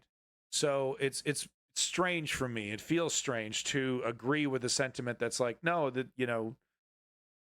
your country needs you. To me, normally that's like, shut the fuck up. Yeah. Oh, yeah, our country needs me. No, that's the wrong button. It's like, oh, yeah, okay. Oh, yeah, my country needed me for Vietnam, Iraq, and Afghanistan. Oh, yeah, I was really missing out on that fight for democracy, wasn't I? Really, really the fight of my era, right? I was total coward in avoiding that. Absolutely not. The totally unjust wars. Russia claims to... That is not the case in Ukraine. It is a fully justified fight for existence. Frontline fighting, Russia advancing in shock offensive north of Kharkiv. So this is from 1 day ago. BBC hopefully has I think BBC has some footage we haven't seen yet. Yeah, well, service, I don't know if I'd call it service. I would call it the bare minimum of what people should be contributing to help Ukraine. But I wouldn't call it service. The people are putting in service are on the front lines right now. Some of the hardest motherfuckers I've ever seen in my life. Once again, if you want to see the craziest footage you've ever seen in your life, including a Ukrainian taking on 4 Russians and winning, make sure you check out the Discord, ! Discord. Thank you again, Davey, for posting that footage. Absolutely jaw-dropping. My mouth was completely wide open watching. I just couldn't believe it. Couldn't believe this guy survived. Russia claims to have made its first breakthrough seizing territory in many months. Thank you, Ken. Their advance is towards the country's second city of Kharkiv. This is the map of the battlefield that we've become used to seeing in recent months, with red marking the areas in the south and the east under Russian military control. But now a new front has opened up to the northeast near Kharkiv. Yeah, so I haven't shown this footage yet. So these are, brave Ukrainians desperately trying to get as many people out of there because Russia only knows one mode: carpet bomb the area with just nonstop mortar rounds, artillery rounds, soften the area up basically, and then hoping to like Mr. Clark said, plant a flag in the rubble. And yeah, they don't give a shit about Ukrainian civilians. Absolutely not. That's just an unfortunate tragedy at best. These communities are used to Russia being close, but not this close. It's like go, go, go, go, go, go. For 4 days, bombs have rained down here, and the window to leave. This is Putin's terror. This is Russia. This is how Russia does it. Does business, and the Ukrainian people can expect to become third-class citizens in their own country if Putin wins. Is shrinking. Thousands have been forced to escape, and counting. Keep talking to us, says this police officer to 71-year-old Olga. She was injured in an explosion, and their car is now an ambulance. Oh my God. They meet paramedics. We're told she's in a serious condition. Lexum, did you? Yeah, you completely avoided my question. You don't. How about you answer my question first? What happens to Russia 30 minutes after a nuke is dropped? Just going to avoid that fucking question? I asked you a direct question. This is the last time I'm going to ask you.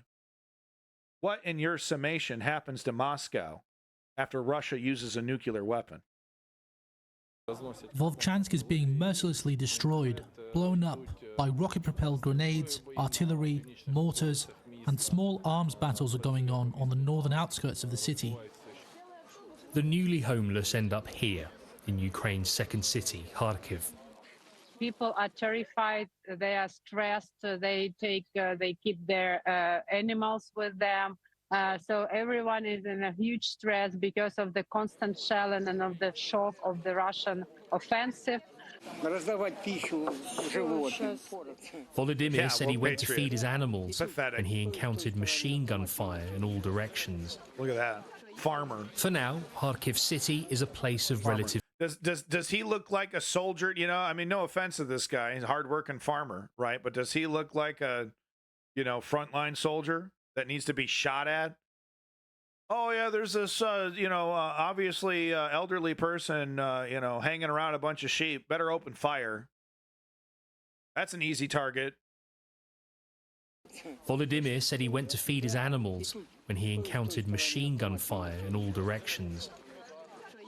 For now, Kharkiv city is a place of relative safety. But for how long? Yo, dude, look at the badass. Fuck, man. Damn, she got the battle dreads. Damn, dude. Looking real Hunger Games out there, man. While few think the Russians are capable of taking it, they could soon be in artillery range. Yeah. Our task is crystal clear: to stop Russia's attempt to expand the war. The fulfillment of this task depends on everyone who is on the ground. Missiles routinely hit Kharkiv. If this offensive isn't contained, the destruction will be even greater. Ukraine is struggling to hold what is a new front line. Lexum, you're aware that if Russia uses a nuke, it's not justified. I understand World War II happened, Hiroshima, Nagasaki. You do understand that is the world is not going to accept that excuse. The juvenile cookie in the cookie jar, toddler cookie in the well, the United States did it. Do you understand how quickly China would be like, yeah, we want nothing to do with this country if Russia were to use a nuclear weapon? I don't, I think you know all this and you don't fucking care because it's just a fucking game to you. The fact is, if Russia uses a nuclear weapon, that's the end of all of this, because that gives the West full justification to go all out, to go 100% all out. That's what happens. It takes all the brakes off everything. And you know what? It would not result, no matter how effective that strike is, even if a nuke is dropped directly on Kyiv and fucking melts Zelensky. The Ukrainian military will fight on, and you would have to drop 6, 7 nukes in various strategic areas across the front line and in Kyiv for a real legitimate nuclear strike to be effective. And God help Russia if they drop even 1 nuke, but seriously, God help Russia if they drop more than 1. So this whole idea that we need to be shaken and quaking in our boots for a nuclear war if we dare push back against dictator daddy Putin is fucking ridiculous. You don't fucking scare us. You don't scare the West. Mutually assured destruction does not exactly mean everyone is slagged. Okay. If Russia wants to fire 1 or 2 nukes in Ukraine, it's not going to happen in isolation. It's not going to happen without a massive, massive butt-rocking response. So I don't even want to hear it. Nuclear war is not on the fucking table.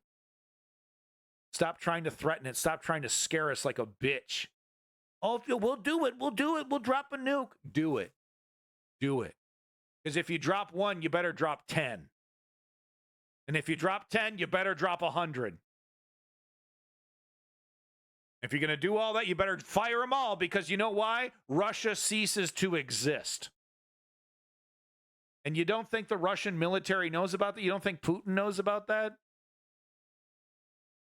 James Waterhouse, BBC News, Kyiv. Well, Jeremy Bowen is here with me. One wonders how much of a moment this actually is, this development in the course of the war. Undoubtedly, it's a moment. If you look at the feel of those pictures, the kind of things that were in that report, we've been quite used now to months, years of absolutely brutal artillery exchanges, but now there's movement, and the Russians are pushing in, and the Ukrainians weren't ready, clearly, for this. The commander of the area has been replaced.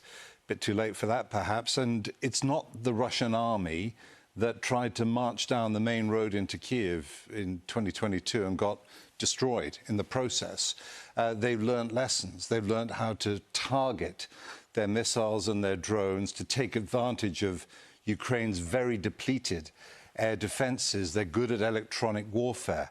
And I think as well, they're learning that because of the wider problems Ukraine has had in terms of getting those American supplies, particularly, that were held up for a long time in Congress, that there's a window of opportunity now this year before that full flow of American-funded military aid can come in, and they seem to be taking advantage of it.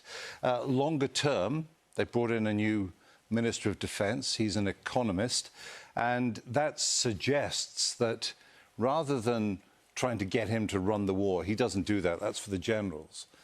His job will be to get that war economy. That war economy, yeah. So that's exactly where it's all about this election.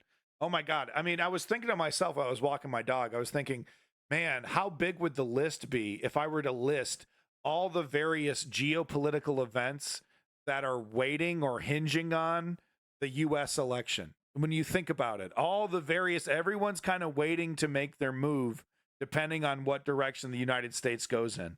It's really fascinating. Firing even more effectively than it is at the moment. And Ukraine is not fully mobilized in the way that Russia is. So this is pointing to a long war, certainly, but it's also pointing to an immediate emergency this summer if the Russians keep on pushing. It's a bit too early to say. It's only been a few days. But if they continue to push towards the big city, if they get into artillery range of Kharkiv, as James was saying in that piece, then certainly be a big tactical victory and possibly the chance of strategic changes on the battlefield. Yeah, okay. Real base level stuff. I don't even know why I wasted your time to play that, because we've basically gotten that already. So I think this is just a repeat of what we've already seen. Yeah, same interviews, same everything. So we're not going to waste time with that one. Russia suffers highest daily casualties of war so far. So this was on the 13th. So I said I covered it, but I think this was what I was planning on covering, and I didn't get a chance to cover it. But real quick, just to give you an idea of the damage being done to the Russian military for these brazen offensive attacks here. Oh, we got a video. Let's go ahead and play that. Come on, man. I hit pause. You see it takes so long. Here we go. Oh, dog. What is this? What is this beat? Yeah, getting fucked up. Yeah, front line. Talking about it all the time. Newsweek rapping. I ain't crapping. Taking the smacking. Chat gonna be clapping. Yeah.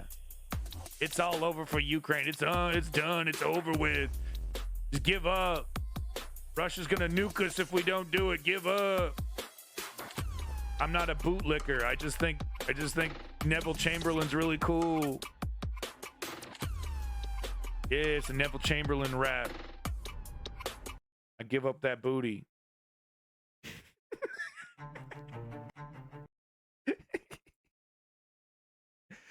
All right. Russia lost 1,740 troops. So I already reported on this. This is the article I was going to reference yesterday.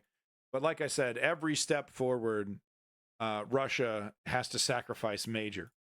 Every single step forward. Shooter's name is Jiraja Centulia, 71-year-old. He authored a few books. A few years ago, he wanted to create a party named, oh yeah, I'm not saying that, Movement Against Violence. Interesting. He wrote, violence is a common human reaction to an expression of civil dissatisfaction of things. Let's be dissatisfied, but not violent at the time.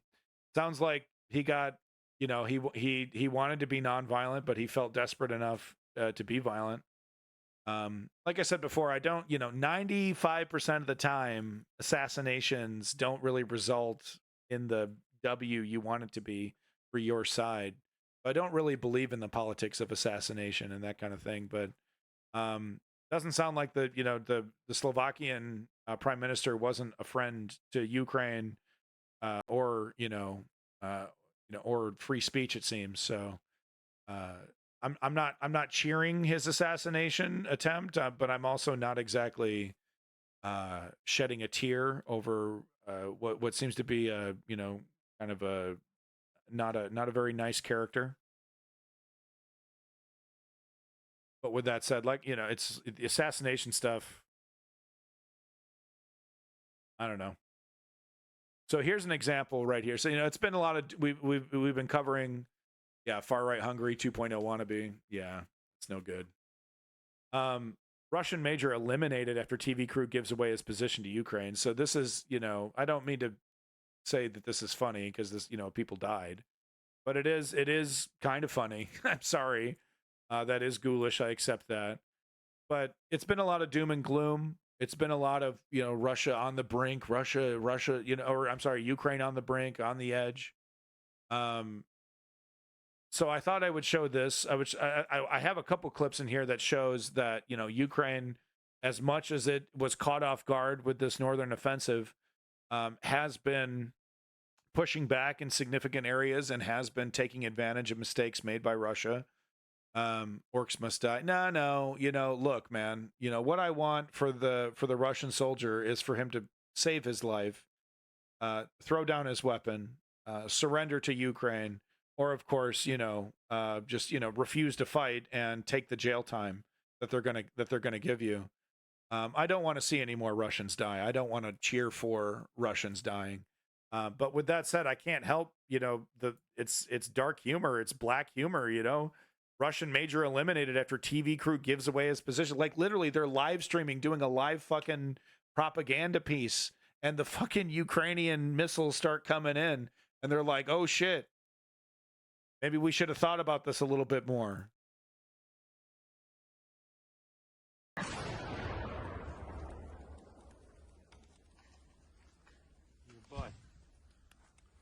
Sometimes, brother. Yes, sometimes they do. Yeah. Yeah, I didn't say it's an easy choice, but it is the moral choice.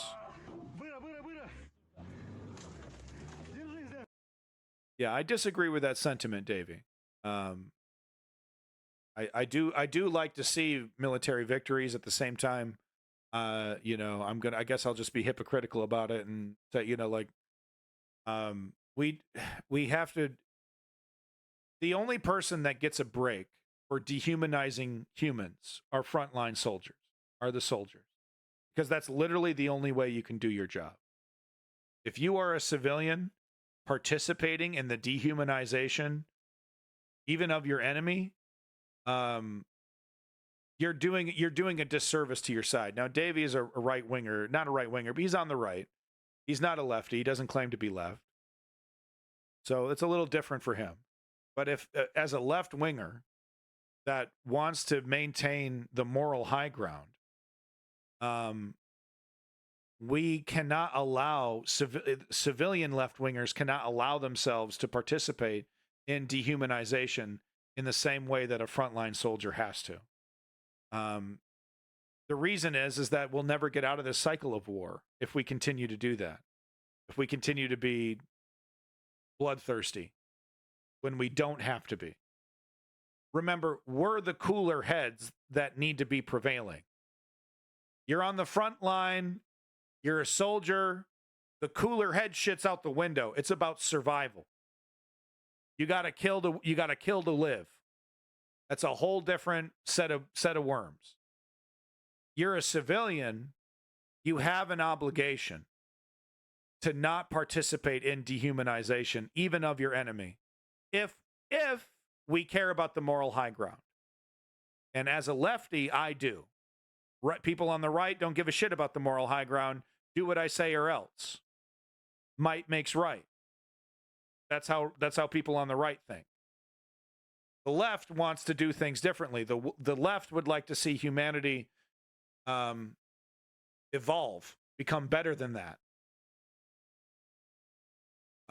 So we can't, as civilians on the left, we can't participate in dehumanization in this way, you know, like, yay, kill them all, kill them all. No, we can be happy for military victories. We can understand the value of that for Ukrainian soldiers. But at the same time, we can't start enjoying the act of killing. We can't if we're on the left. It's the definition of hypocritical.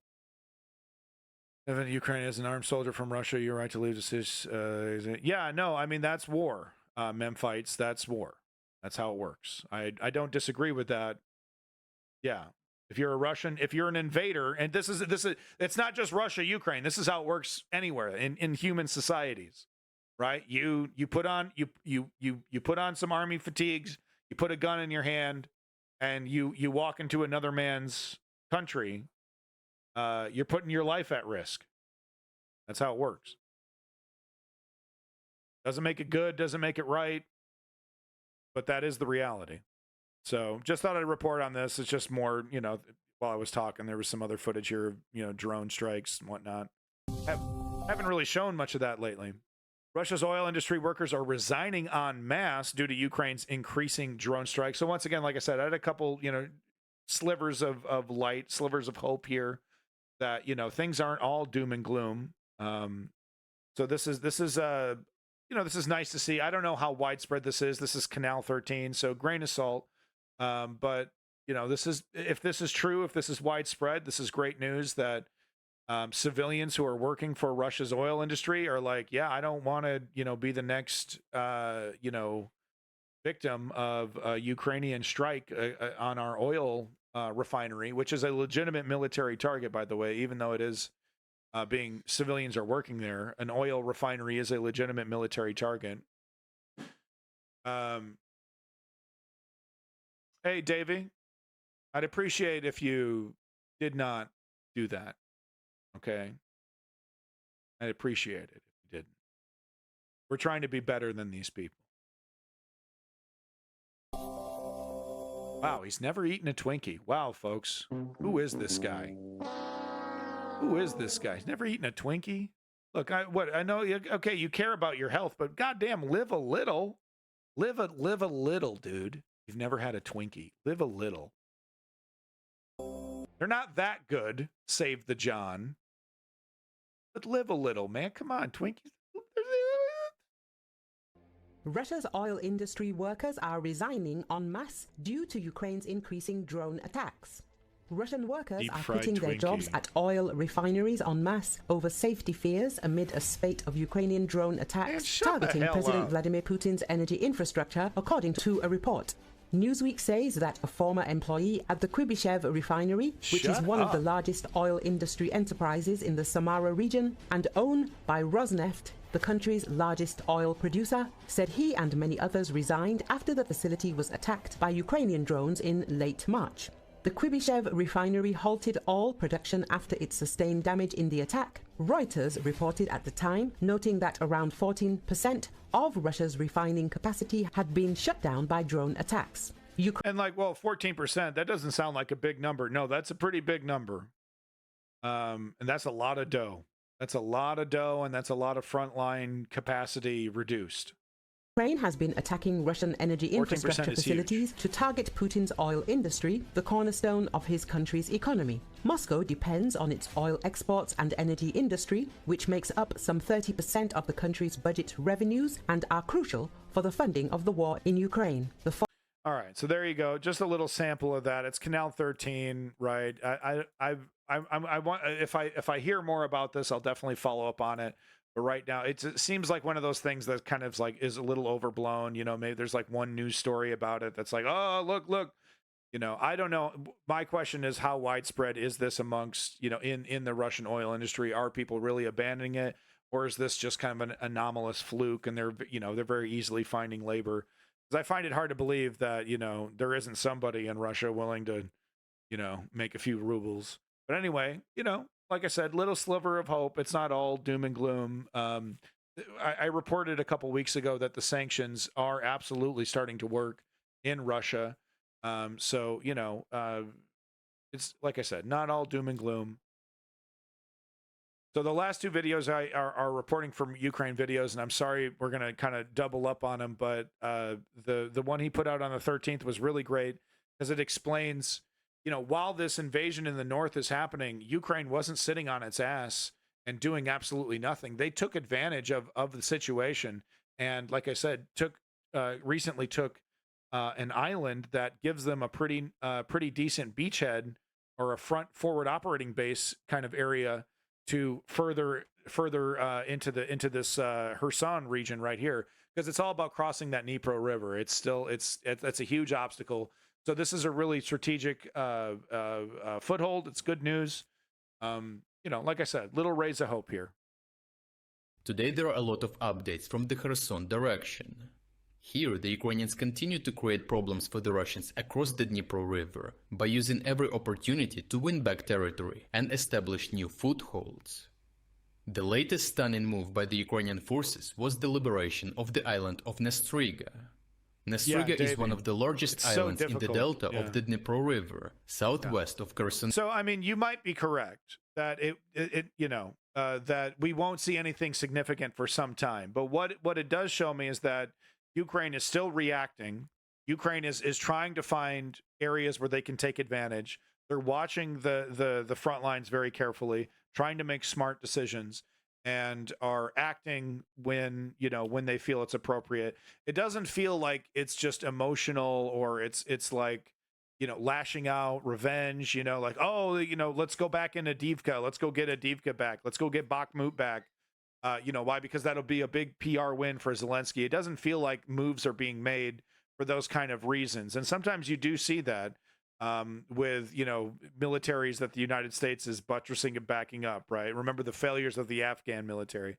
So to me, this is a good sign that Ukraine is not running blind here and that they are trying to be smart with what they have.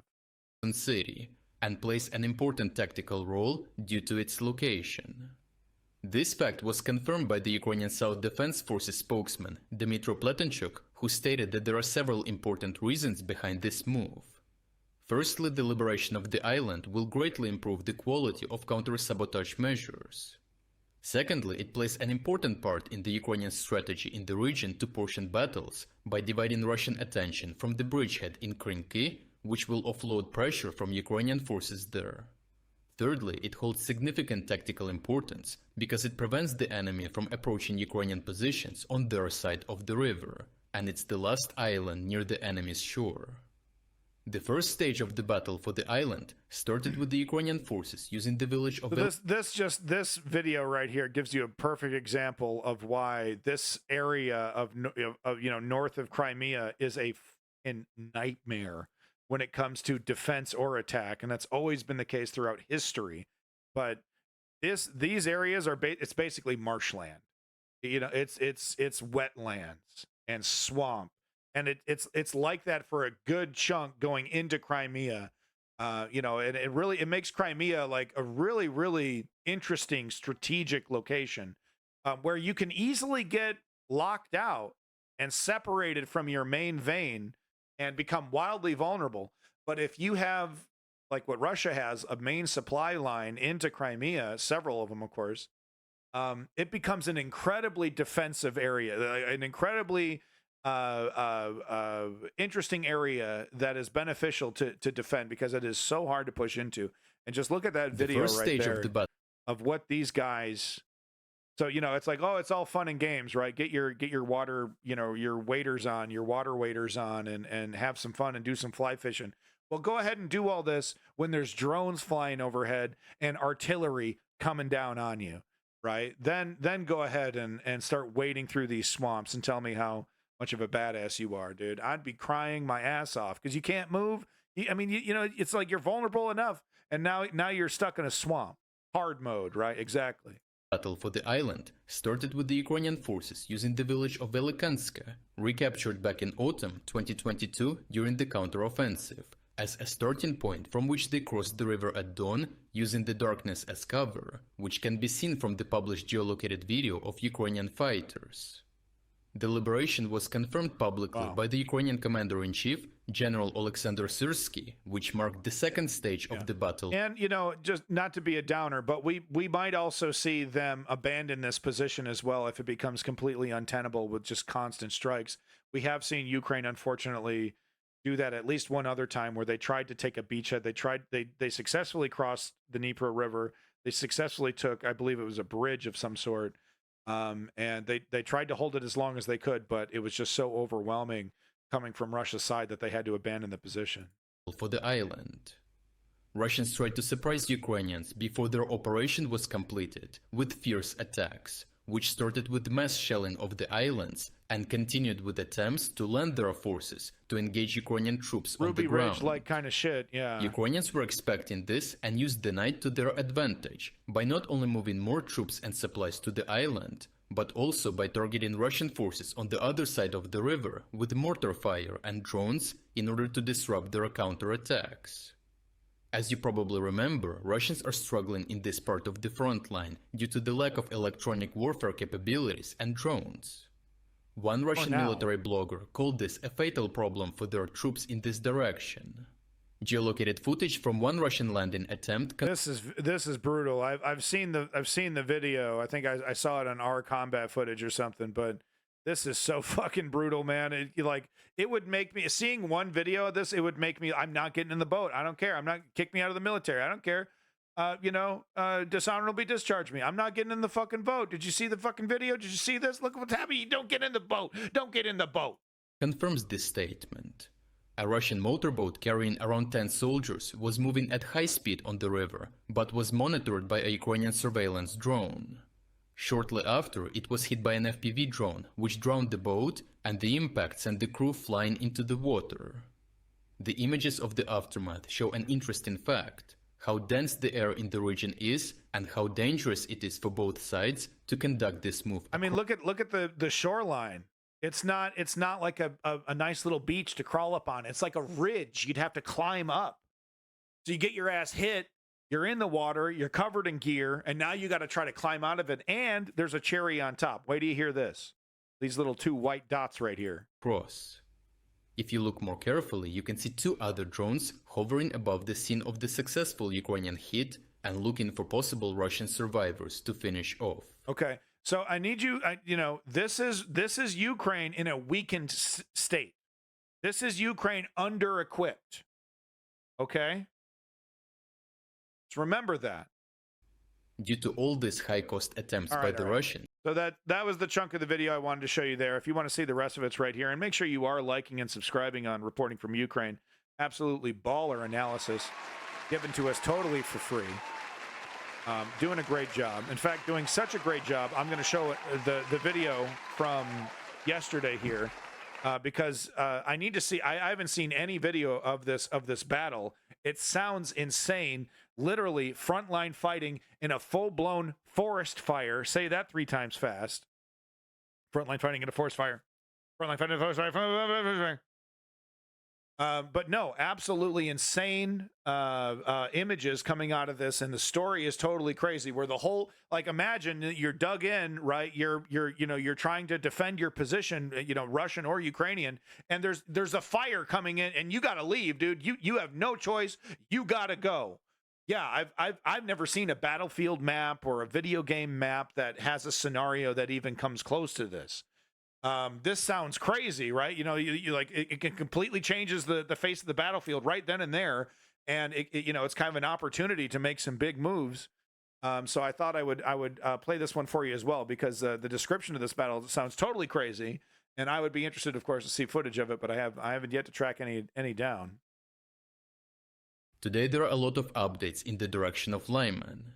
Here, large forest fires have completely changed the balance of power in the Srebryansky forest. This direction is the stage of 2 main cities, Lyman to the west, which is under Ukrainian control, and Kreminna to the east, which is under Russian control. Ukrainians and Russians use their respective cities as headquarters and main bases of operations, from where they organize, reinforce and rotate their units from the front line. The main goal of Russian forces in this direction is to advance both through the fields and the forest to take control over the Ukrainian city of Lyman. Ukrainians above all are attempting to drain the Russian offensive efforts and undercut them from the forest, thereby setting the stage for a future counteroffensive operation in the direction of Kreminna. Over the past months, Russians have advanced through the fields towards the Ukrainian settlements of Terny and Yampolivka, situated behind the Zherebets River, which divides the region in 2. As you remember from previous reports, Russians have thrown the— Is this a joke? Is this motherfucker serious? Is this motherfucker serious? This is some kind of parody, right?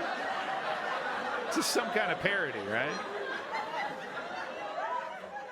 All right. Oh, wow. He got us, man. He got us. Got him.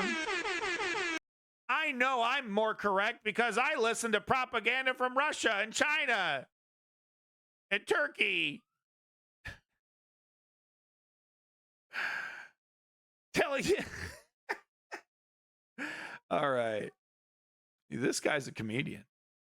Fire is a great weapon. I've long since said that Ukraine should be given tons and tons of napalm to cook Russia into submission. Napalm was primarily used in Vietnam to clear the jungle.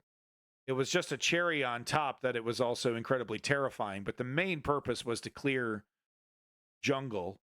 I guess there would be some use for it in some of these tree lines. It's probably more trouble than it's worth to use it, because that's the kind of chemical weapon escalation that I do think Joe Biden should be avoiding.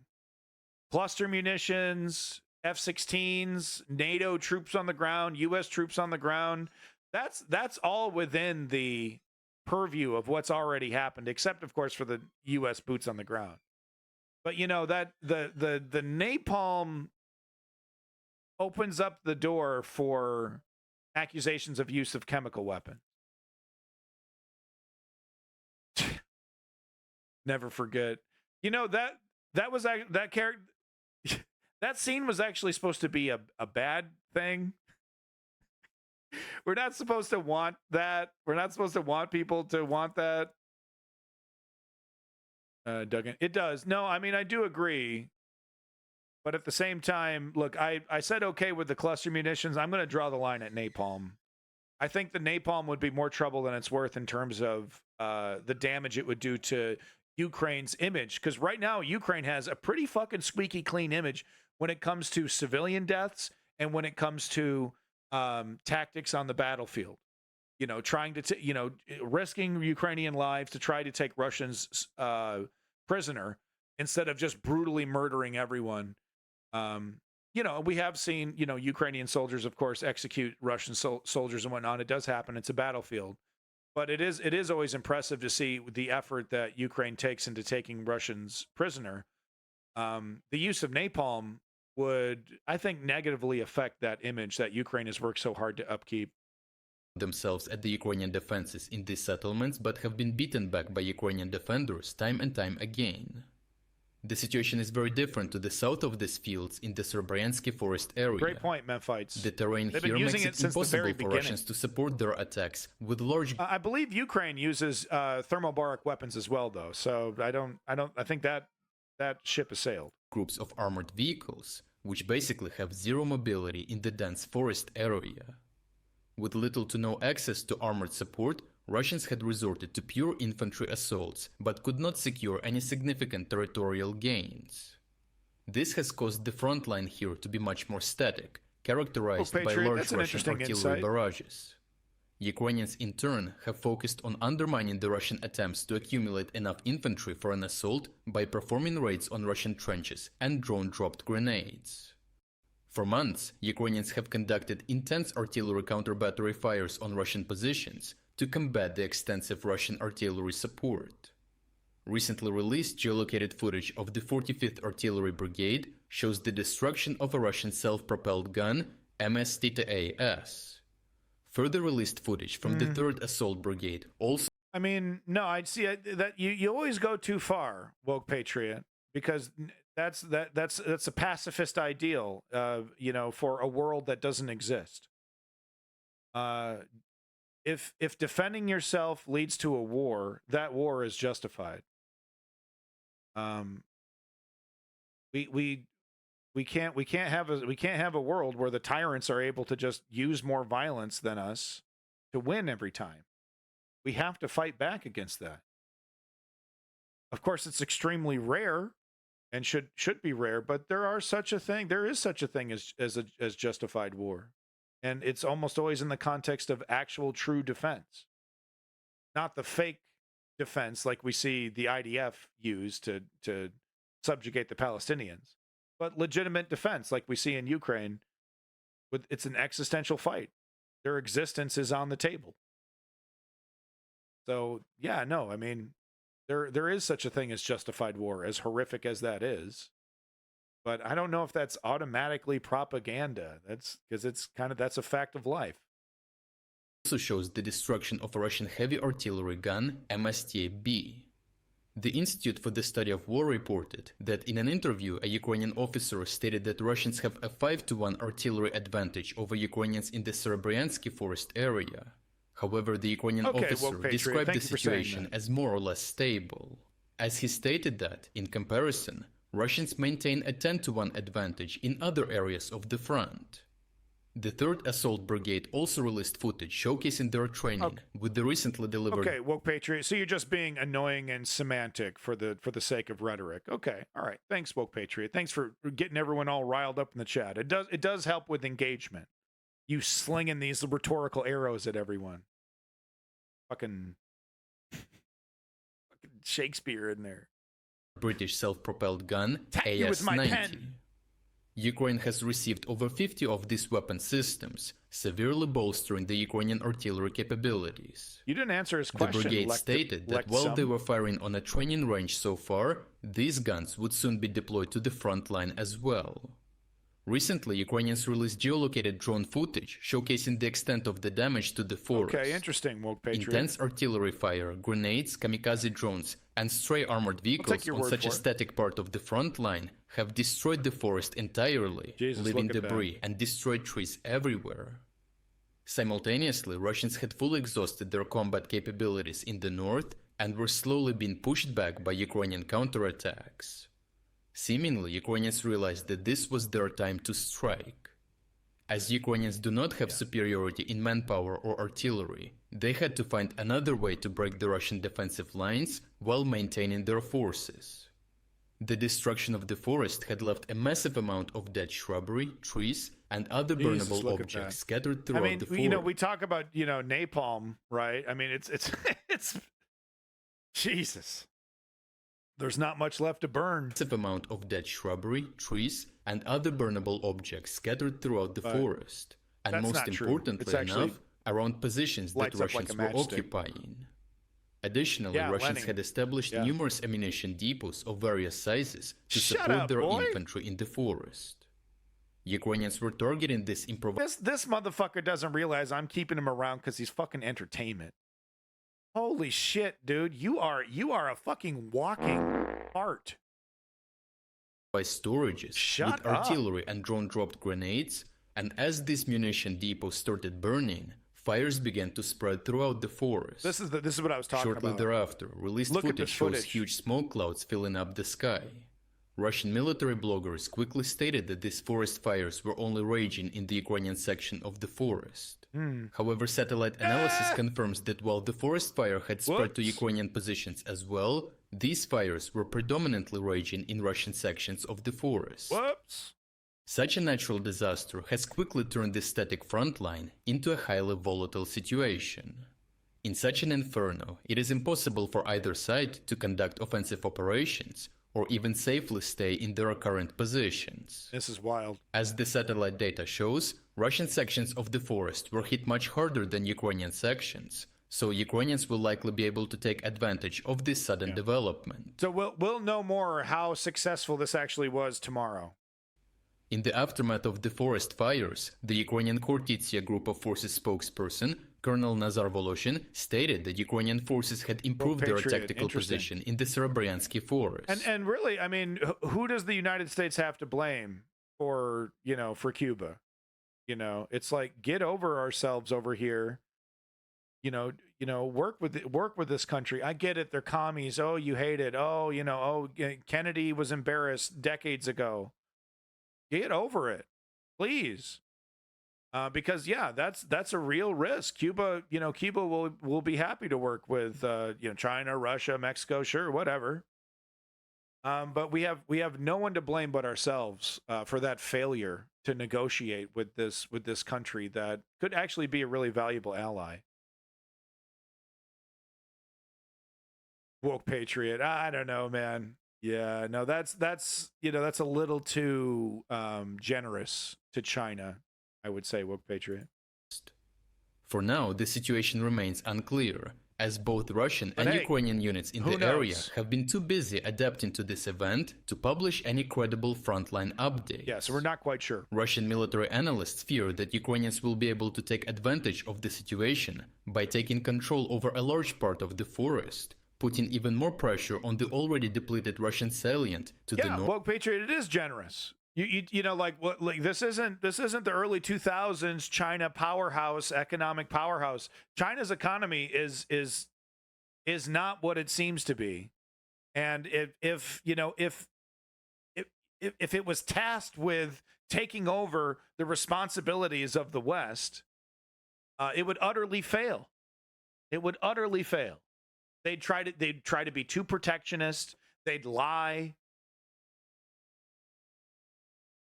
So yeah, no, it is generous. The idea, oh yeah, we're all going to become subsidiaries of Chinese companies and Chinese products. No, we're not. That economy is in tatters. It's a mess.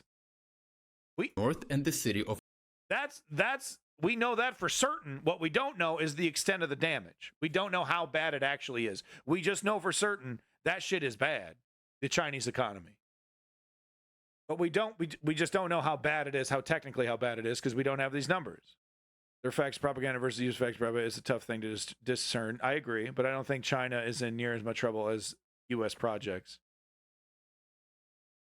I don't know, man. I don't know.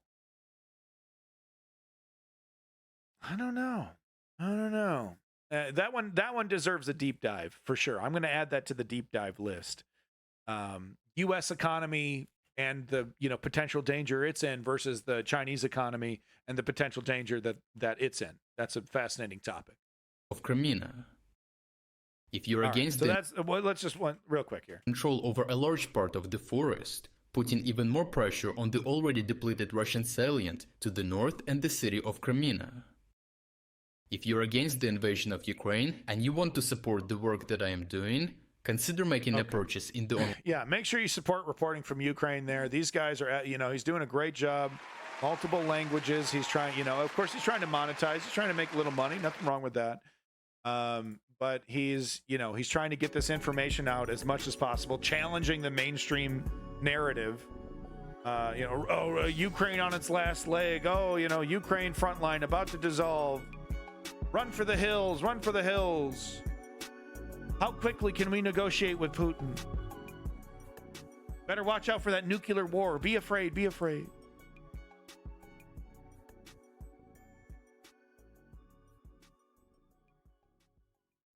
Davey, who are you talking about? Invasion? You talking about Cuba?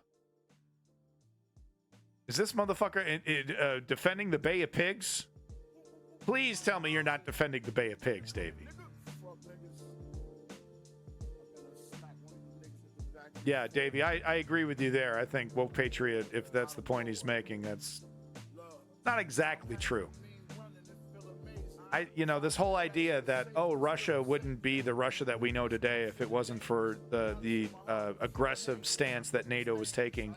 I find that totally bunk. I really do.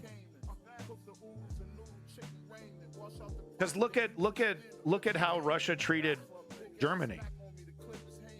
Countries that were like, hey, we'll give you the benefit of the doubt. We'll try to treat you with respect. We're not gonna, we're gonna criticize NATO and their encroachment, and Angela Merkel's gonna be your buddy. And where did that get Germany?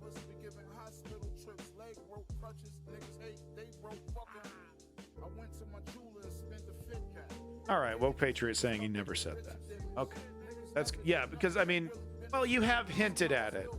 You have insinuated that, maybe things would have been different had NATO not put a missile base right on in Poland, etc. What a maroon.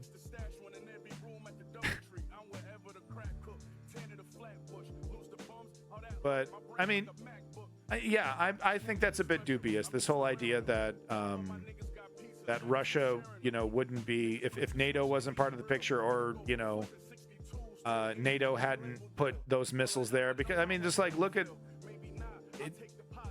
The fact is that Russia, Putin's actions have retroactively made most of those criticisms moot, because he did exactly what NATO was predicting. Eventually Russia is going to take irrational actions, and they're going to take, they're not going to ask, they're not going to negotiate, they're going to take. You should join NATO so that if that were ever to happen to you, you would have immediately the backup of the alliance.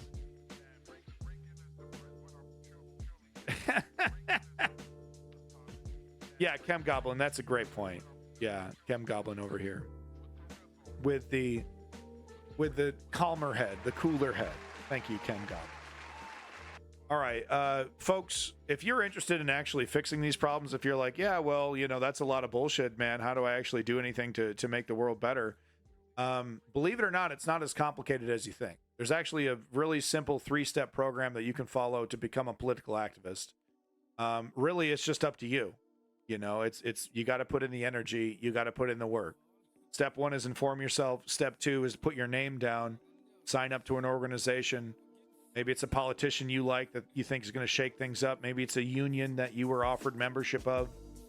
Maybe it's a protest against the IDF, against the Western support of Israel's ethnic cleansing of Palestinians. Whatever it is, put your name down. There are thousands, literally hundreds of thousands of organizations that totally need your help. Because step 3, you got to put in the work, man.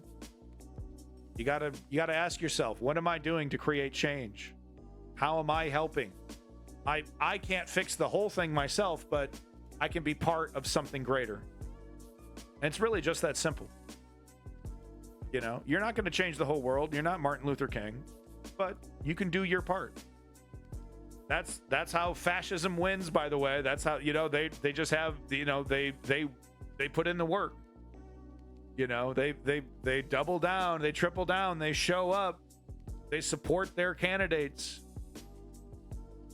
And they don't stop. They're relentless. We need to learn the right lessons from our enemies and make sure that we're meeting them at the gate. I'm posting on Twitch. I'm doing my part. Thank you, brother. Working hard. Woke Patriot, you're so,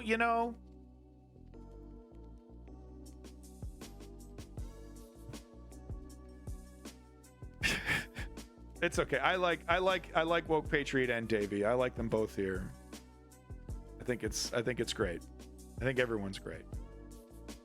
Big props to Never Forget Brother. And big props to Woke Patriot and Davey and Chem Goblin and Strategy Member and Tisriel and all the wonderful people who are contributing to our Discord. Thank you so much for all your hard work. And thank you for thinking of the News Underground, for thinking of me. When you come across some very important news or some very interesting news, thank you for putting that in the Discord. That helps make the stream better. So thank you for all your hard work. Big props to Memphites here. You seem like a pretty cool person. Thank you for coming in, Memphites. Who else on the list here? Never Forget Brother. I think I gave you props, but we'll go ahead and give you props again. Lots of funny comments. I do appreciate that. Steve the John, thank you for coming in. Steve the John. Davin, big props to you, Davin. Thank you, Davin, for coming in once again. It's good to see you. Big props to your boy Lenny from south of Boston. Absolutely wonderful to see you here right off the bat. Thank you for giving me that view. Ice King of Space, we love to see you. Ice King of Space over here. Great stuff. Great comments. You're a good speaker. Hey, thank you, Steve the John. I would disagree, but I do thank you for the compliment. Thank you for coming to the News Underground. I'm glad you enjoy real news on Twitch instead of bullshit. That's all I do. Real fucking news. Pucker War, I've seen you before. Thank you, Pucker War, for coming in. Left-handed, that was a very funny comment. Schizocentrism, talking about breaking points. Very funny comment. Thank you for stopping in. Left-handed. Anyone else here on the list? Smash! Thank you, Smash, for coming in. You're great. Thank you once again, Smash. Hyper Novarkus. Big props to you, Hyper. Thank you, Hyper. The Ponder Monkey. Absolutely wonderful to see you again. And Leon. Leon, so wonderful to see you. Thank you. Big props to you, Leon. Estonian. By the way, Leon is successfully following the three-step program. And, look, maybe it's complicating his life a little bit, but I would say objectively it's making his life better. So I think you should follow Leon's example and follow that three-step program to create political change. You got it, Left-Handed. Thank you for sticking around. Hey, I appreciate it. Appreciate you guys sticking around, watching it. The most valuable thing you can give me is that view. The comments are great, but the most valuable thing you can do is give me that view. So thank you so much for taking your time to watch the News Underground, folks. How about you suck my whole dick? How about you apply your mouth hole to my taint and lovingly suckle? How about you do that for me? Peace in that motherfucking Middle East and glory to the Ukrainian democracy. This fight is not over. Not by a long shot. Don't believe the bullshit artists talking about how this is the end of the fucking world. Not even close. Woke Patriot, you got yourself some biases, buddy. Don't be acting all holier than thou, like you're above a bias. You got yourself some pretty glaring blind spots. But we all do.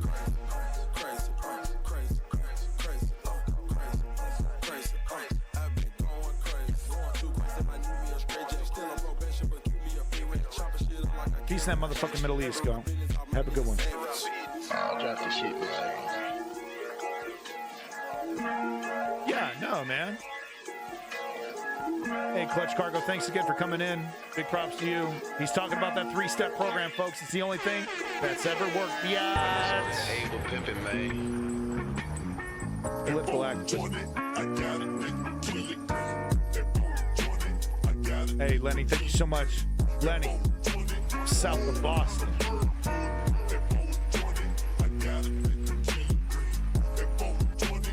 Davey has some really big blind spots. Davey has some pretty big blind spots. I'm not going to disagree with that one. Got some libertarian shit going on. Some feelings over facts. Thank you once again for coming to the News Underground. Abandon nihilism, folks. Abandon nihilism. Take care of yourself.